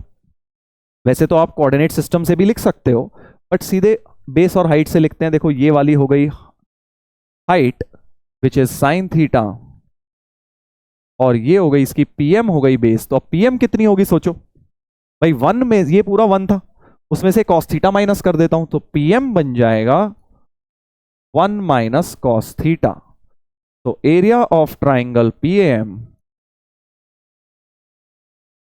हाफ बेस है PM which is 1 minus cos theta, और हाइट है तुम्हारी साइन थीटा इस ट्राइंगल की। सो ट्राइंगल PAM का मैंने एरिया लिख लिया। आई होप ये बात आपको क्लियर है कि मैंने इस ट्राइंगल का बेटा एरिया लिखा है, राइट। PAM ट्राइंगल का एरिया लिखा है। आप डिटर्मिनेंट बना के कर लेते, उससे भी यही आता, थोड़ा मैंने जल्दी कर दिया बस। फिर बोल रहे हैं माइनर आर्क लेंथ PA का क्यूब लेना है। अब PA जो आर्क लेंथ है दैट इज दिस मच, ये माइनर आर्क इतना पोर्शन जो हमें लेना है। सो लेंथ ऑफ आर्क तो आर थीटा होता है, और अगर तुमने उसको कॉस थीटा साइन थीटा माना है बेटा, तो ये सेंट्रल एंगल थीटा होता है। तो लेंथ ऑफ आर्क PA क्या हो जाएगा, आर थीटा, आर तो 1 ही है, तो सिर्फ थीटा ही हो जाएगा बेटा, सिर्फ थीटा ही हो जाएगा। तो बस अब limit P tending to A, so as P tends to A, मतलब P A की तरफ जाए, मतलब थीटा 0 की तरफ जाए, तो यानी थीटा क्या हो रहा होगा, 0 की तरफ जा रहा होगा। तो limit theta tends to 0, area of triangle था half 1 minus cos theta into sine theta, और नीचे हमें लेना था माइनर आर्क का क्यूब, थीटा का क्यूब, जिसको आप ऐसे लिख लो साइन थीटा बाई थीटा 1 हो गया, ये होता है half. So half into half 1/4 तुम्हारा जो है आंसर बेटा हो जाएगा। आंसर क्या हो जाएगा, 1/4। देखो कितनी बढ़िया तरीके से क्वेश्चन मक्खन की तरह होता चला गया। ए ऑप्शन होना चाहिए, A is correct, A is correct. तो सिंगल करेक्ट भी जो आते हैं ना जेईई एडवांस में, वो रिलेटिवली आसान होते हैं कई बार, तो वो भी हमें प्रैक्टिस करनी है, उसको आपको कोशिश करना है अच्छी तरह से करने की। चलो एक और लेते हैं, एक और लेते हैं, ठीक है भाई, एक और लेते हैं। नेक्स्ट क्वेश्चन देखेंगे क्या है अपना, ब्रेन टीजर नंबर 10। फिर से एक ज्योमेट्रिकल प्रॉब्लम है लिमिट का, एक ज्योमेट्रिकल प्रॉब्लम है लिमिट्स का।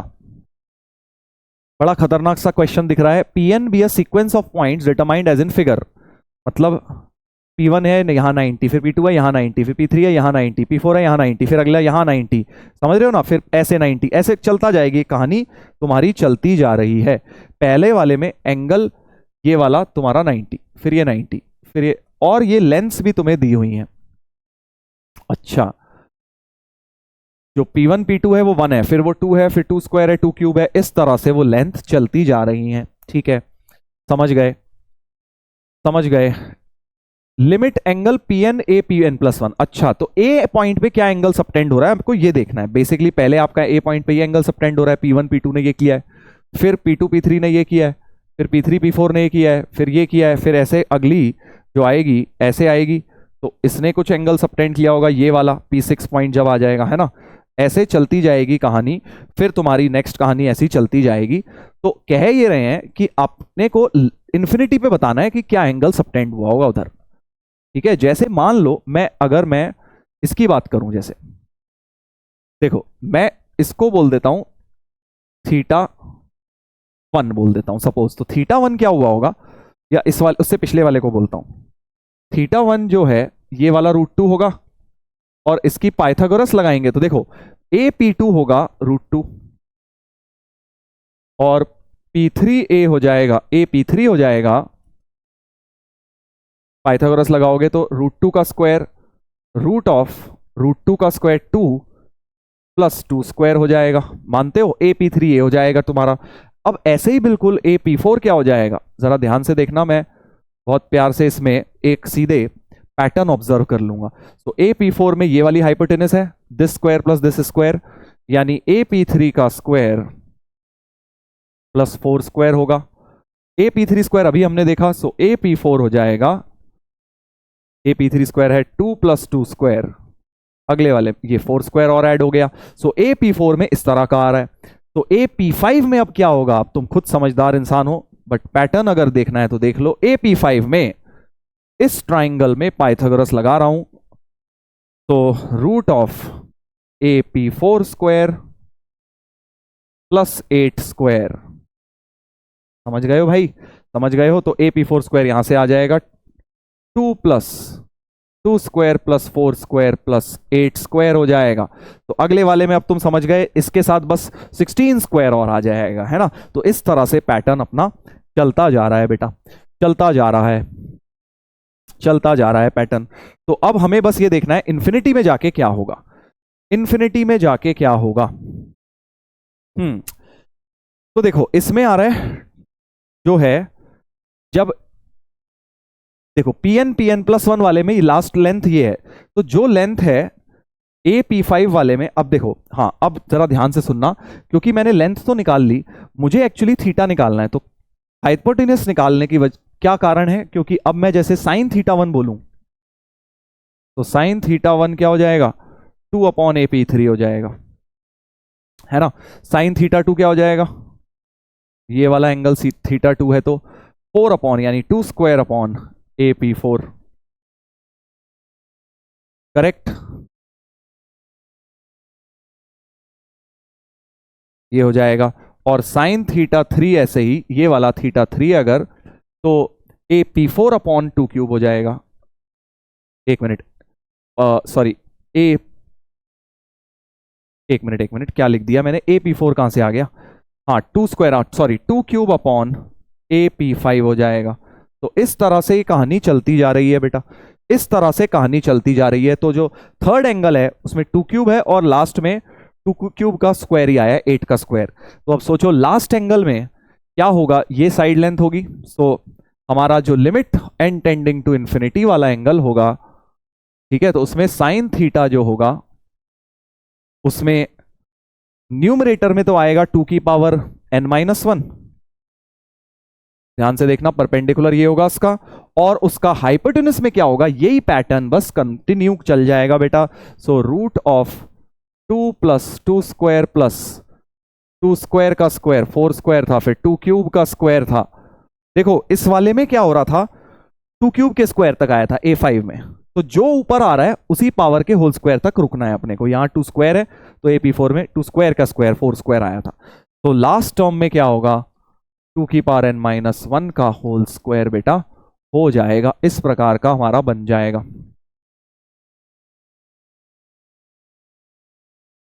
करेक्ट, इस प्रकार का हमारा जो है बन जाएगा। अब हम जरा इसमें इतनी टर्म में देखो सम ऑफ जीपी लगा देते हैं, ये जीपी है, ये नहीं है, इसको हटा के वो जीपी बन रही है। तो साइन थीटा हमारा बन जाएगा, limit N tending to infinity तो ले ही लेंगे, 2 की power n-1 upon sum of GP A r की पावर n, इसकी पावर 1 2 3 n-1 अपॉन r-1, समझ गए। सम ऑफ जीपी मैंने लगा दिया है, ए कॉमन रेशियो भी 2 स्क्वायर है, 4 है, 4 की पावर n-1, तो एक्चुअली हमारे पास क्या आ गया बेटा, साइन थीटा बन गया 2 + 4 इंटू, ये हो गया 4 की पावर n-1 अपॉन 3। इसका जरा एलसीएम ले लेता हूं, तो साइन थीटा मेरे पास बन जाएगा, साइन थीटा मेरे पास बन जाएगा 2 की power n-1 whole upon, LCM ले लीजिए, 6 - 4 हो गया 2, प्लस 4 की पावर n का रूट, और ये √3 ऊपर जाएगा तो यहां √3 आ जाएगा। समझ गए, समझ गए कि नहीं समझ गए। 2 की पावर n/2 लिख लो उसको, और नीचे आ जाएगा रूट ऑफ 2 + 4 की पावर n। अब एक काम करो, 2 की पावर n को x ले लेते हैं, तो x √3/2 अपॉन √2 + x² हो गया है। लिमिट, क्योंकि n टेंडिंग टू इन्फिनिटी थी, 2 की पावर n भी फिर इन्फिनिटी ही जाएगा, जो x माना है मैंने, x भी infinity, infinity by infinity form बन गई है। मैक्सिमम पावर ये भी x है, ये भी x है, कट गए, सीधे √2/2 इसका कोफिशिएंट आ जाएगा। सो साइन थीटा की वैल्यू इंफिनिटी पे जाके क्या होगी, √3/2। तो साइन थीटा √3/2 होगा, यानी थीटा तुम्हारा 60 डिग्री होगा। तो इंफिनिटी वाला जो एंगल होगा वो π/3 यानी 60 डिग्रीज हो रहा होगा। सही है। अलग अलग मेथड्स हो सकते हैं। मैंने क्या किया, पैटर्न ऑब्जर्व कर लिया कि भाई हर एक टर्म में जो हाइपोटेन्यूज है वो क्या पैटर्न फॉलो कर रही है। सो एंड पे जाके परपेंडिकुलर तो मुझे दिया ही हुआ था, ये हाइपोटेन्यूज मैंने निकाल ली। सो साइन थीटा का रेशियो मैंने क्रिएट कर लिया। इंफिनिटी वाला जो एंगल होगा, लास्ट वाला ट्राइंगल होगा, उसमें क्या बन रहा होगा, इस प्रकार से बन रहा होगा, राइट, इस तरह से बन रहा होगा। चलिए आगे बढ़ते हैं। तो ये एक बढ़िया क्वेश्चन हो गया है, ये भी एक हो गया है 10 नंबर। अब आ जाते हैं एक पैसेज पे भाई, एक पैसेज पर आ जाते हैं। पैसेज बड़ा इंटरेस्टिंग पैसेज है, बहुत ज्यादा कोई डिफिकल्ट नहीं है, थोड़ा सा दिमाग लगाओगे तो हो जाएगा। अगेन मिक्स्ड कॉन्सेप्ट्स पर है। fx एक फंक्शन दिया है जो पीस वाइज डिफाइंड है, x ग्रेटर देन 0 के लिए इस तरह से, x इक्वल टू 0 के लिए इस तरह से, और x लेस देन 0 के लिए इस तरह से है। ठीक है, और बोला है is differentiable eight in are, मतलब वही 0 पे डिफरेंशिएबल है यानी कंटिन्यूस भी है। एक क्वेश्चन में हमने पहले भी करा था आज ये। ठीक है, तो 0 पे पहले तो भाई सिग्मा विग्मा को हटाना पड़ेगा ना, वरना खेल कैसे समाप्त होगा अपना। तो एक काम करते हैं, x लेस देन 0 वाला पहले पकड़ लेता हूं। इधर देखो, ये जो है x लेस देन 0 वाला, ये फंक्शन पहले देखता हूं। Limit n tending to infinity sigma r1 से n fractional of r² plus r-1 plus e की पावर x। मजेदार बात हो रही है भाई, फ्रैक्शनल फंक्शन है, ये फ्रैक्शनल फंक्शन है। अब देखो r² प्लस r-1 तो एक इंटीजर है, ये पूरा क्या है, एक इंटीजर। और तुम्हें पता है fractional of i plus e की पावर x क्या होगा, फ्रैक्शनल ऑफ e की पावर x ही होगा। इंटीजर को तो हम एज इट इज उड़ा सकते हैं, बॉक्स में से बाहर निकाल सकते हैं, फ्रैक्शनल में से हटा सकते हैं। तो इसको एज इट इज उड़ा दो, तो इसको आप लिख लोगे r1 से n फ्रैक्शनल ऑफ e की power x upon r plus 1। अच्छा, सिग्मा तो r का चल रहा है, तो फ्रैक्शनल e की पावर x को बाहर ही करो, तो फ्रैक्शनल e की पावर x बाहर, और 1/r प्लस 1 को आपको पता है 1/r माइनस 1/r प्लस 1 रख के टेलीस्कोपिंग बनाई जा सकती है ना। टेलीस्कोपिंग बनाएंगे तो ये 1/1 minus 1/2, 1/2 minus 1/3, 1/n minus 1/n plus 1, इस तरह से कटेगा। n इंफिनिटी भी डालना है तो एक्चुअली बस इनफाइनाइट में 1 रह जाएगा, वो तो 0 हो गया। तो सिर्फ, और ये वाली सीरीज तो बन गई 1, फ्रैक्शनल e की पावर x ही हमारा रह जाएगा। तो x लेस देन 0 के लिए हमारा फंक्शन क्या हो गया, फ्रैक्शनल ऑफ e की पावर x। देख रहे हो ना, इतना खतरनाक दिया हुआ था, बट उसको सिंप्लीफाई करके मैंने फ्रैक्शनल e की पावर x। अभी और सिंप्लीफाई हो सकता है, क्योंकि अगर x नेगेटिव में तुम सोचो e की पावर x का ग्राफ कैसा होता है। देखो e की पावर x का वैसे तो टोटल ग्राफ ऐसा होता है, बट x नेगेटिव में सिर्फ और सिर्फ बेटा इतना ग्राफ होता है, मतलब 1 से छोटा ही रहता है, 0 और 1 के बीच में रहता है। अब 0 और 1 के बीच में अगर है तो फ्रैक्शनल लगाने की कोई जरूरत ही नहीं है, क्योंकि बॉक्स तो वैसे ही 0 है। सो क्या मैं इसको डायरेक्ट e की पावर x ही नहीं लिख सकता हूं, क्योंकि 0 और 1 के बीच में तो बॉक्स तो 0 ही है ना उसका, तो फ्रैक्शनल x तो x ही हो जाएगा ना 0 1 के बीच के नंबर का। सो fx जो है हमारा e की पावर x बन गया x नेगेटिव के लिए। ये ब्रांच हमारी सिंप्लीफाई हो गई है बेटा, बहुत प्यार से सिंप्लीफाई हो गई, बहुत सारे कॉन्सेप्ट्स लगा के। सिमिलरली अब ऊपर वाली ब्रांच को भी जरा देख लेते हैं, x ग्रेटर देन 0 वाली ब्रांच को भी हम जरा देख लेते हैं। x ग्रेटर देन 0 में fx है limit n tending to infinity, limit n tending to infinity px by n, और नोटिस करो ये बॉक्स है, बॉक्स में तो जो इंटीजर हैं तो बाहर आ जाती हैं, तो r² प्लस r-1 बाहर ही आ गया, r² प्लस r-1 बाहर आ गया, plus box of e minus e की पावर माइनस x रह गया बेटा।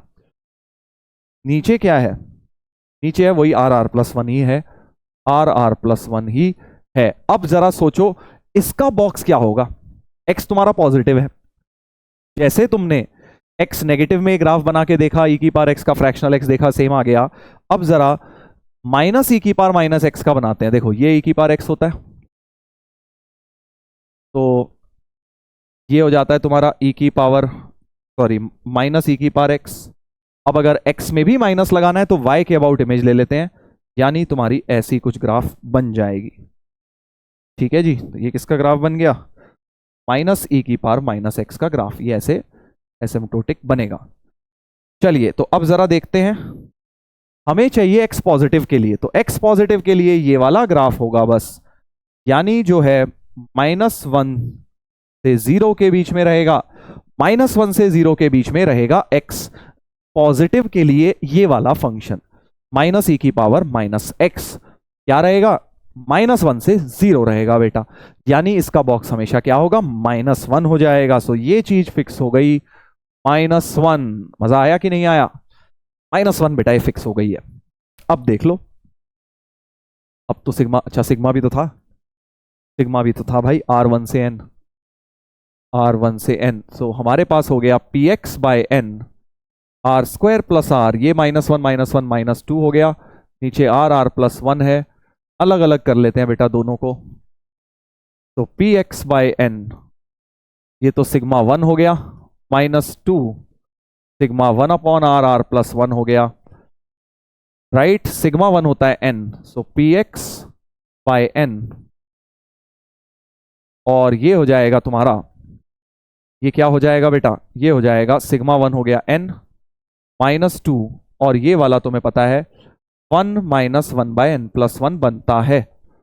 लिमिट ले लो इन्फिनिटी पे, आई गेस ये n कट जाएगा, वो 0 ही हो जाएगी सारी की सारी, तो px ही तुम्हारा बन जाएगा, n तो कट गया। अच्छा एक और चीज, प्लस लैम्डा भी था यहाँ पे, बाहर प्लस लैम्डा लगा हुआ था, उसको भूलो मत। तो हमारे पास फंक्शन px प्लस लैम्डा बेटा बन गया है। समझ गए ना कैसे कटा? n बाय n 1 हो गया, फिर इनके तो डिनोमिनेटर में n रह जाएगा, वो 0 हो गया n टेंडिंग टू इन्फिनिटी में, n टेंडिंग टू इन्फिनिटी लेनी है बेटा।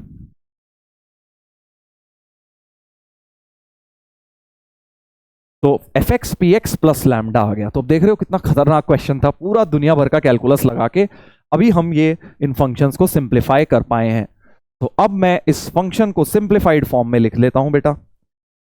तो fx मेरे पास बन गया px plus lambda for x greater than 0, q for x equal to 0, e की power x for fx less than 0, यही तो था।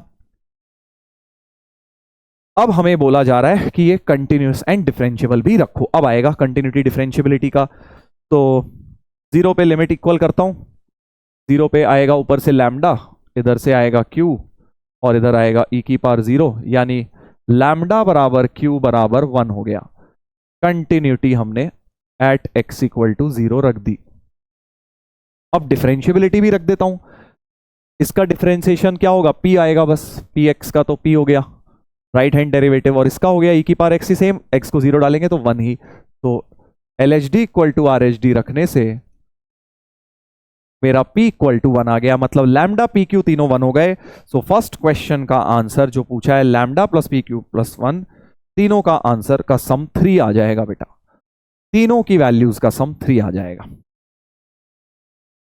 समझ पा रहे हो ना भाई, या मैं किसी अलग ही टेंजेंट पे बात कर रहा हूं? क्योंकि ये सब मैं अज्यूम कर रहा हूं बेटा कि आप पूरा कोर्स कर चुके हैं, तब इस लेवल पे आप, इस स्पीड पे आप कैच कर पाएंगे, वरना रेगुलर क्लासेस में ये स्पीड नहीं होती। ये लेक्चर उन्हीं के लिए बेटा जो एक बार पूरा मेंस लेवल तक कर चुके हैं, तभी आपको ये सब चीजें समझ आएंगी जो मैं बोल रहा हूं।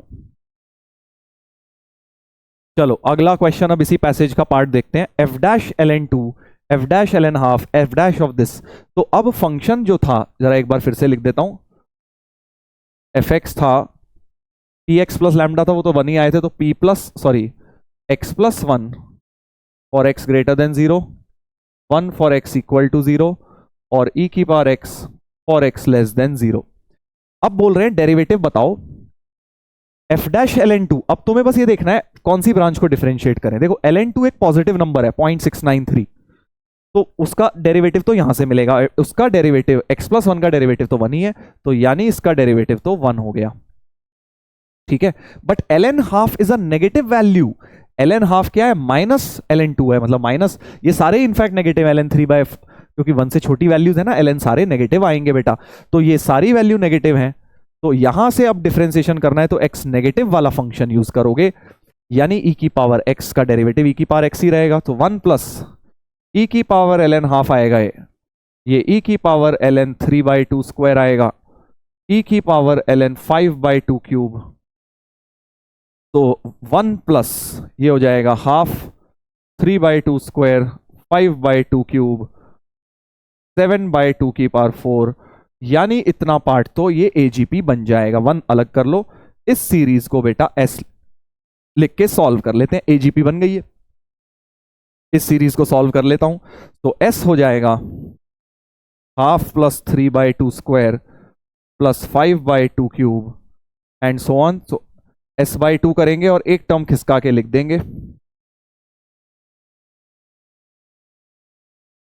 सब्ट्रैक्ट कर देंगे, सो S/2 हो गया हाफ प्लस ये कितना हो गया भाई 2/2 स्क्वायर, ये फिर से हाफ हो गया 2/2 क्यूब 1/2 स्क्वायर, तो ये अपना हो गया इनफाइनाइट GP, हाफ हटा के बची हुई term infinite GP A/1 minus R, half upon 1 minus half तो 1 ही हो गया, तो S यहां से 3 आ गया बेटा, यानी इतनी सीरीज 3 और प्लस 1 1 प्लस 3 बराबर 4 हो गया। बी ऑप्शन हो जाएगा, बी ऑप्शन हमारा आंसर जो है हो जाएगा, ठीक है, बी आंसर इसका हो जाएगा। देख लो भाई, चलो एक इसका अब थर्ड पार्ट कर लेते हैं, third part last question part रह गया इसका। G is inverse of F then G dash half is equal to, तो F ऑफ GX तो X होता है, तो F dash GX into G dash X बराबर 1, तो F dash G of half into G dash of half बराबर 1। जब भी इनवर्स के डेरिवेटिव का पूछा जाए यही करना है, पिछली क्लास में भी बहुत कराया था। G ऑफ हाफ अब तुम्हें देखना है, देखो तो तुम्हें ये देखना है कि अब हाफ कब होगा, यहां तो नहीं होगा, 1 से बड़ा ही आ रहा है यहां तो फंक्शन, तो अगर मैं देखूं e की power x equal to half हो जाए बेसिकली, यानी कि आपको समझ आ रहा होगा e की पावर x को तुम हाफ रखना चाहते हो, ऊपर वाला फंक्शन तो हाफ होगा नहीं भाई, क्योंकि x ग्रेटर देन 0 में तो ये 1 से बड़ा ही आएगा ना कुछ ना कुछ, तो नीचे वाला ही हो रहा होगा, यानी x हो गया ln हाफ, तो यानी f ऑफ ln हाफ तुम्हारा हाफ आ रहा है, तो अगर f ऑफ ये हाफ आ रहा है तो g ऑफ हाफ क्या हो जाएगा by the concept of inverse, अगर f ऑफ दिस हाफ है तो g ऑफ हाफ दिस हो जाएगा, तो g ऑफ हाफ की जगह तो f dash ln half g dash half, f dash x क्या होगा e की पावर x ही रहेगा, तो e की power ln half g dash half, e की पावर ln हाफ तो हाफ होता है, तो g डैश हाफ तुम्हारा बन जाएगा 2, तो g dash half should be 2, C option, C option बेटा हो जाना चाहिए, ठीक है, सी ऑप्शन हो जाना चाहिए। समझ आ गया भाई, बहुत ही प्यारा पैसेज था, इसमें बहुत सारी छोटे छोटे कॉन्सेप्ट्स मिक्स हुए हैं, आप देख पा रहे होंगे। पहले फ्रैक्शनल और GIF की प्रॉपर्टीज लगी ये वाली, फिर टेलीस्कोपिंग सीरीज लगी थोड़ी सी इनफाइनाइट वाली, और फिर e की पावर x का ग्राफ लगा उसके फ्रैक्शनल x को हटाने के लिए, फिर राइट साइड में x ग्रेटर देन 0 में थोड़ा फिर से प्रॉपर्टी, फिर से ग्राफ, फिर से टेलीस्कोपिंग, फिर से इन्फिनिटी बाय इन्फिनिटी लिमिट, और अल्टीमेटली फिर फंक्शन जब आ गया तो हमने LHD RHD वगैरह लगाए, इक्वेट करे, LHL RHL इक्वेट करे, वहां से PQ लैम्डा सॉल्व करे, PQ लैम्डा जब सॉल्व हो गए फिर हमने सारे क्वेश्चन निपटा दिए आगे, ठीक है भाई। तो ये था एक बहुत ही जबरदस्त धुआंधार क्वेश्चन, जबरदस्त धुआंधार क्वेश्चन था भाई। अब आ जाते हैं एक इस साल के एडवांस्ड के क्वेश्चन पे, जो कंटिन्यूटी डिफरेंशियबिलिटी से एक तरह से मिक्स्ड डिफरेंशियल कैलकुलस का पूछा गया था क्वेश्चन। लेट्स सी क्या था क्वेश्चन। तो क्वेश्चन है f belongs to R2R, g भी फंक्शन, f ये दिया हुआ है, g ये दिया हुआ है, h एक दिया हुआ है, a f x plus b time this plus c, बहुत डरावना क्वेश्चन दिया हुआ है। मैच द एंट्री, देखो जो मैट्रिक्स मैच आते हैं ना देखने में बहुत डरावने होते हैं बेटा, कई बार हम इसे देखते ही छोड़ देते हैं कि यार ये तो बहुत टफ लग रहा है, बट एक्चुअली उतने टफ नहीं होते हैं, क्योंकि आपको एक बात मैंने बताई हुई है, इसमें चारों ऑप्शन सॉल्व ही नहीं करने होते, एक दो से देख के काम चल जाता है। तो अब इसने जरा ध्यान से देखना, A0 B1 C0 D0 अलग अलग वैल्यू पुट करने को बोला गया है ABCD की हर ऑप्शन में। अब अब मुझे सबसे गंदा फंक्शन ना इसमें से बी वाला लग रहा है, क्योंकि जी एक्स तो निकालेंगे, फिर जी ऑफ हाफ माइनस एक्स भी निकालूं। मुझे लग रहा है यार बी जीरो वाला देखता हूं। और अच्छी बात यह है कि बी जीरो 3-3 में दिया हुआ है, तो मैं क्वेश्चन यहीं से पकड़ूंगा, ठीक है, क्योंकि मुझे दिख रहा है ए एफ एक्स में कोई दिक्कत नहीं है, सी एक्स माइनस जी एक्स में भी नहीं है, डी जी एक्स में भी नहीं है, फालतू ये हाफ माइनस एक्स जी करके लंबा हो जाएगा क्वेश्चन। तो let's start the question from part Q. A को 1, बी सी डी सब जीरो रखना है, मतलब ये भी जीरो, ये भी जीरो, ये भी जीरो, मतलब क्यू पार्ट में एच एक्स सिर्फ क्या हो जाएगा, एफ एक्स के बराबर। तो for part Q A 1 B C D zero, इसका मतलब जो एच एक्स है वो सिर्फ और सिर्फ एफ एक्स ही हो जाएगा। वो क्या हो जाएगा बेटा, सिर्फ और सिर्फ एफ एक्स ही हो जाएगा। तो हमें एफ एक्स की बात करनी है, ये फंक्शन है एफ एक्स, ये क्या क्या इसके बारे में बताना है। एक्स मॉड एक्स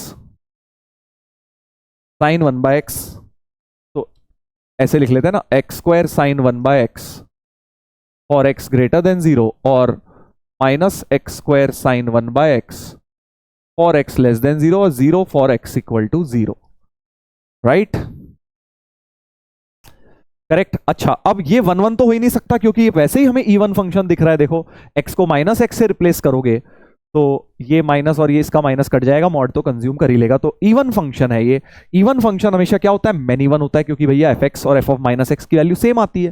तो ठीक है, इवन तो है ही, मतलब मेनी वन है, 1 1 तो नहीं हो सकता। ऑन टू भी अब क्या होगा देखेंगे, चलो ऑन टू रेंज वेंज देखनी पड़ेगी। डिफरेंशियबिलिटी जरा चेक करते हैं इसकी, क्योंकि ऐसा तुमने ऑसिलेटरी लिमिट में पढ़ा हुआ है ये वाला फंक्शन बेटा, कि अगर मैं आर एच डी निकालूं एफ डैश 0 प्लस, तो एफ ऑफ 0 प्लस एच ऊपर वाला हो जाएगा H square sine 1/h minus F 0 upon H, H से एच गया, एच साइन 1/h, और तुम्हें पता है एच साइन 1/h तो हमेशा 0 की तरफ जाता है, क्योंकि साइन 1/h तो ऑसिलेटरी है, बट बाहर एक 0 मल्टीप्लाइड है। क्लास नोट्स की चीज बन गई भाई।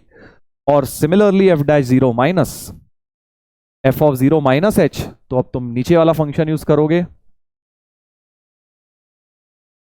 है ना, 0 माइनस एच रखा, माइनस माइनस कट गया, एक एच भी कट गया, तो माइनस एच साइन 1/h, फिर से 0 इंटू एनीथिंग, ये भी 0। So L H D R H D equal आ गए, मतलब डिफरेंशियबल हो गया। 0 के अलावा कहीं और देखना नहीं, सब जगह है ही। सो डिफरेंशियबल एवरीवेयर आ गया, यानी क्यू जो है डिफरेंशियबल एवरीवेयर आ गया, डिफरेंशियबल एवरीवेयर आ चुका है, करेक्ट। सही हो गया ना भाई, मजा आ गया, देख लो।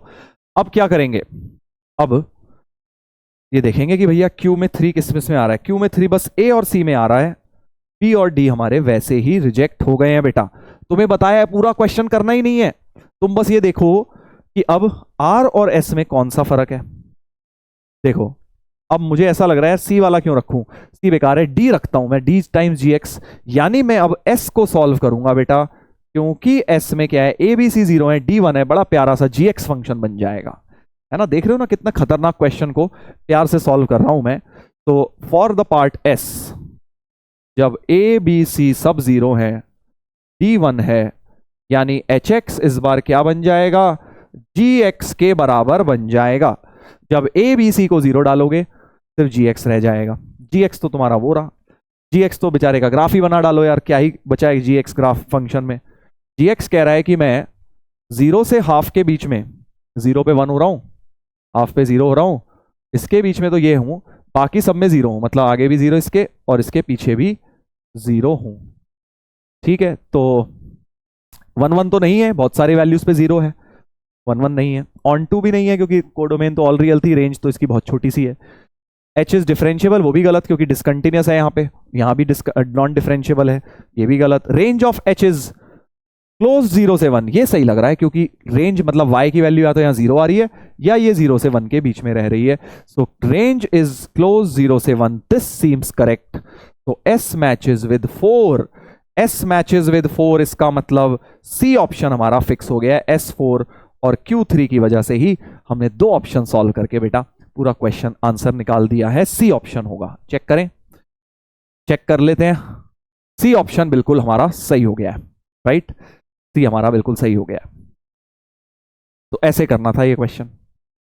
बढ़िया क्वेश्चन था ना। बाकी पार्ट्स मत करो, करना है कर लो, मतलब फिर तुम वही बाकी में सी को 1 डाल लो, ये वाला भी आ जाएगा। बट एग्जाम में मैं कह रहा हूं ऐसे जब आते हैं मैट्रिक्स मैच, उसमें मत सोचो कि चारों करूंगा, इजी वाले पार्ट ढूंढो। वो चॉइस देने का तरीका है ये जेई का, जैसे स्कूल में आता है ना, बोर्ड्स में आता है आइदर डू दिस और दिस, यहां पे बस लिखा नहीं है, दिमाग लगाना है कि भाई चारों पार्ट करने ही नहीं, दो करके ही हमारा option match most of the times कर जाता है। ठीक है, चलिए तो ये हो गया। बाकी आगे बढ़ेंगे, अब आगे बढ़ेंगे भाई।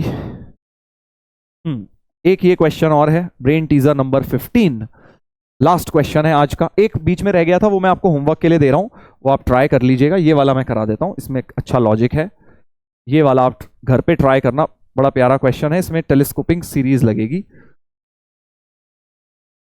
नहीं होगा तो मैं अगली क्लास में ये करवा दूंगा आपको, ठीक है ना। चलिए तो ब्रेन टीजर नंबर 15 पर आते हैं, लास्ट क्वेश्चन आज की क्लास का। बड़ा प्यारा कॉन्सेप्ट लगेगा। लिमिट, दो तरह की लिमिट है, m tending to infinity, n tending to infinity.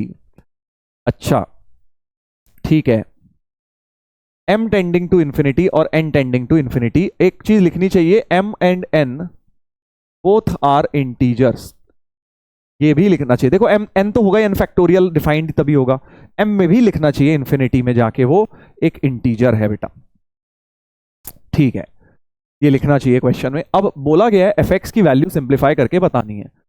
बहुत खतरनाक क्वेश्चन है, बड़ा प्यारा क्वेश्चन है, एक्चुअली कॉन्सेप्चुअल क्वेश्चन है, ध्यान से सुनना, इसमें कुछ नहीं लिखना तुमने, सिर्फ दिमाग लगाना है। सी n फैक्टोरियल इंटू एक्स पाई। अब यहां देखो केसेस बनाए हुए हैं, थोड़े हिंट दे रखी है, एक्स रैशनल और इरेशनल के केसेस बनाने हैं। तो लेट से लेट एक्स इज रैशनल,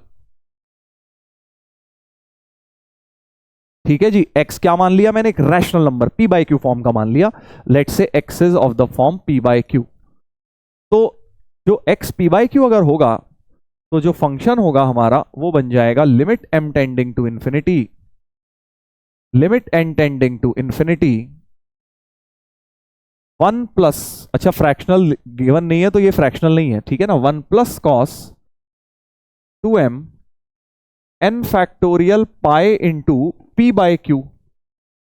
ठीक है, अब जरा ध्यान से सुनना, क्योंकि n इंफिनिटी की तरफ जा रहा है तो क्या मैं बोल सकता हूं n फैक्टोरियल में कहीं ना कहीं q कट ही जाएगा। भाई आपने रैशनल नंबर माना है, मतलब p बाय क्यू फॉर्म मानी है, q क्या होता है, एक इंटीजर ही तो होता है, तो कोई ना कोई इंटीजर में ये n फैक्टोरियल से कट ही जाएगा, क्योंकि n तो क्या इनफाइनाइट का फैक्टोरियल है, n टेंडिंग टू इंफिनिटी है। तो क्या मैं ये बोल सकता हूं दिस इज मल्टीपल ऑफ पाई, क्योंकि यार q तो कट ही जाना है तो सम इंटीजर ही रह जाएगा, समथिंग इंटू p, p भी इंटीजर है, n फैक्टोरियल में बची हुई चीजें भी इंटीजर हैं, into pi, so multiple of pi बनेगा ये एंगल, यानी एग्जैक्ट मल्टीपल ऑफ पाई बन जाएगा, टू पाई, 2 पाई, 3 पाई, 100 पाई, 200 पाई, 2000 पाई, 3000 पाई, ऐसा कुछ बन जाएगा। और कॉस ऑफ n पाई तुम्हें पता है एग्जैक्ट प्लस माइनस 1 में से ही कुछ होता है, डिपेंडिंग ऑन n, अगर इवन आया n मतलब एक काम करो p पाई, इसको कुछ और कर लो, कॉस ऑफ क्या मानोगे, अल्फा पाई लिख लो, ठीक है, ये चीज हमेशा प्लस माइनस 1 होती है, n क्योंकि ऑलरेडी यूज था, तो जो भी इंटीजर बनेगी अल्फा पाई का मल्टीपल, अगर अल्फा इवन बना तो ये 1 बन जाएगी वैल्यू, नहीं तो -1 बन जाएगी। बट दोनों ही सिचुएशन में क्योंकि पावर में 2m है, सो प्लस माइनस 1 में से कुछ भी हो जाए, अगर पावर एक 2m इवन इंटीजर है बेटा, तभी m इंटीजर लिखना था, चाहे इनफाइनाइट की तरफ जा रहा हो, बट एग्जैक्ट प्लस माइनस 1 है ना भाई, एग्जैक्ट प्लस माइनस 1 है, यानी 1 की पावर m हो गया। एग्जैक्ट 1 की कुछ मर्जी पावर करो तो आंसर क्या आता है, 1 ही आता है, और एक 1 और था, तो तुम्हारा आंसर 2 हो जाएगा बेटा, fx की वैल्यू 2 हो जाएगी। कब, जब x एक रैशनल नंबर है। ठीक है, दोबारा सुन लो भाई, अगर रैशनल नंबर है तो x के अंदर p बाई क्यू फॉर्म आएगी, है ना, और q जो है हमेशा कट जाएगा n फैक्टोरियल के किसी ना किसी वैल्यू से, क्योंकि n फैक्टोरियल तो इंफिनिटी का फैक्टोरियल है, सोचो वहां इनफाइनाइट तक सारी इंटीजर्स मल्टीप्लाइड है, तो बेचारी q भी तो एक इंटीजर ही होती है p बाई क्यू में, वो कट जाएगी कहीं ना कहीं। सर नेगेटिव हुआ तो होने दे, उसको माइनस के बिना जो भी होगा काट देना, क्या दिक्कत है, नेगेटिव है तो p को नेगेटिव दे देना, कोई दिक्कत नहीं है, q तो कट ही जाएगा। तो बचेगा क्या, पाई होने की वजह से इंटीग्रल मल्टीपल ऑफ पाई बचेगा। अब कॉस इंटीग्रल मल्टीपल ऑफ पाई या तो प्लस माइनस 1 में से कुछ होता है, डिपेंडिंग ऑन कि वो इवन है कि ऑड है, बट क्योंकि पावर में इवन नंबर दिया है तो प्लस माइनस 1 की एग्जैक्ट प्लस माइनस 1 की पावर 2m, प्लस माइनस 1 की पावर 2 तो 1 ही होता है, तो 1 की पावर m हो गई।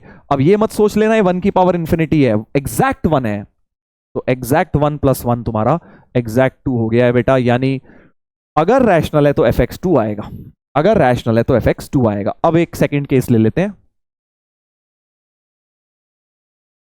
अगर इर्रेशनल है, so case 2, x is irrational, मतलब x is not of the form p by Q, मतलब ये जो n फैक्टोरियल x पाए है, this is not integral multiple of पाए। जो एंगल था कॉस के आगे, ये इंटीग्रल मल्टीपल ऑफ पाई बन ही नहीं पाएगा। अब इस बार इर्रेशनल नंबर √2 √3 कुछ के लिए ये इर्रेशनल नंबर ही रह जाएगा, इंटीग्रल मल्टीपल ऑफ पाई नहीं बन पाएगा। यानी कॉस की जो भी वैल्यू आएगी वो -1 से 1 के बीच में ही आएगी, ओपन इंटरवल, क्योंकि 1 या -1 कब आती, जब एग्जैक्ट पाई का मल्टीपल होता। एग्जैक्ट पाई का मल्टीपल इस बार वो नहीं हो पा रहा जैसे लास्ट टाइम हो रहा था, क्योंकि वहां इंटीजर बन जा रही थी, है ना। इस बार इर्रेशनल की वजह से ओपन -1 से 1 रहेगा और पावर में 2m रहेगी। तो ये जो भी नंबर था ये -1 से 1 है और उसकी पावर 2m है। तो अब तुम खुद सोच लो, ये एक इंटरवल है, तो वैसे पावर 2 की वजह से माइनस का इंटरवल तो इररेलेवेंट है, 0 से 1 ही बच जाएगा, तो ऐसा कुछ बन जाएगा। अब सोचो जरा, एक इंटरवल है 0 से 1, -1 से 1 था, बट क्योंकि पावर इवन है ना तो उसको 0 से 1 ही हो गया वो इंटरवल। तो 0 से 1 एक इंटरवल है, उसकी पावर इनफाइनाइट की तरफ ले जा रहे हो आप, तो 0 से 1 कोई मर्जी नंबर ले लो, ओपन 0 से 1 में है अगर वो, तो उसका 0 पे तो क्लोज भी हो सकता है, हाँ होने दो, इसमें तो 0 क्लोज भी है। तो उसमें क्या होगा बेटा, क्या होगा, एग्जैक्ट 0 से 1 के बीच में कोई भी नंबर की पावर इंफिनिटी ले जाओ, ये चीज तुम्हारी 0 ही बन जाती है। तो 1 + 0 यानी कि इस बार फंक्शन तुम्हारा fx जो है 1 हो जाएगा। तो इर्रेशनल के लिए 1, रैशनल के लिए 2। तो 2 और 1 according as x is rational और इर्रेशनल। रैशनल के लिए 2, दूसरे के लिए 1। तो B option should be the correct answer, B option होना चाहिए भाई करेक्ट आंसर। ठीक है, अच्छा था ना, जबरदस्त क्वेश्चन था भाई। ब्रेन टीजर नंबर 15 कॉन्सेप्चुअल था, मैंने तुम्हें बोला ही था इसमें सिर्फ और सिर्फ कॉन्सेप्ट है, कुछ इसमें खास लिखने वाली बात नहीं थी, सिर्फ ये देखना था कि यार n factorial into x rational में एक इंटीजर बन जाएगा और इररेशनल में एक इंटीजर नहीं बनेगा, और कॉस की पावर इवन नंबर है, इसलिए हमें और इजी हो गया उसको सॉल्व करना। चलो भाई, तो इसके साथ आज का सेशन करेंगे समाप्त। अब होमवर्क में आप PYQ, रोज का होमवर्क सेम ही है भाई, PYQs लगा लीजिए एडवांस्ड के। देखो PYQs हम लोग इस सीरीज में डिस्कस नहीं कर रहे हैं क्योंकि वो ऑलरेडी बहुत बार करा चुके हैं, आपको अलग अलग सीरीज में हमारे मिल जाएंगे PYQs कराए हुए, तो आप खुद से वो करिए और उनको फिर उस सीरीज में से आप देख लीजिए। इस सीरीज का पर्पज है लास्ट में रिवीजन कराना, सिर्फ एडवांस के PYQ करके रिवीजन नहीं होता है बेटा, वो तो आपको याद से ही हो गए होंगे अगर आपने ढंग से तैयारी अभी तक एडवांस की करी है तो, ठीक है ना। तो अगर नहीं करें वो वाले आप लगा लीजिए, बाकी इन क्वेश्चंस को दोबारा करिएगा और इसी प्रकार से अपना आप रेगुलरली रिवीजन करते रहिए बेटा, पढ़ते रहिए। अब हम कैलकुलस में अगली क्लास में आगे बढ़ेंगे। देखो ये हमारा पूरा एक यूनिट चल रहा है, ऐसे इसको चैप्टर वाइज मत लो। हमने कल फंक्शंस के कुछ करे, मेजर कॉन्सेप्ट उसमें फंक्शंस के लग रहे थे और भी कॉन्सेप्ट लग रहे थे। आज हमने LCD करा, बट तुमने देखा इंटीग्रेशन भी लग रहा है, एप्लीकेशन ऑफ डेरिवेटिव भी लग रहा है, सब कुछ लग रहा है, सीक्वेंस सीरीज भी लग रहा है, तो मिक्स तो है ही, बट मेजॉरिटी कॉन्सेप्ट्स आज LCD के हैं। अब कल मेजॉरिटी कॉन्सेप्ट्स AOD के मिलेंगे आपको नेक्स्ट लेक्चर में, ठीक है। तो डिफरेंशियल कैलकुलस में कल हम आगे बढ़ेंगे और एप्लीकेशन ऑफ डेरिवेटिव्स को रिवाइज करेंगे। इसका ये मतलब नहीं है वहां ये नहीं लगेगा, लगेगा। कैलकुलस में क्वेश्चन मिक्स कॉन्सेप्ट का आ जाता है बेटा, तो ये भी लग सकता है, आगे का भी लग सकता है। चलिए, तो उम्मीद है मजा आया भाई आप लोगों को। मुलाकात होगी अब कल, इसी तरह से पढ़ते रहो, मेहनत करते रहो। Take care, bye bye, see you tomorrow.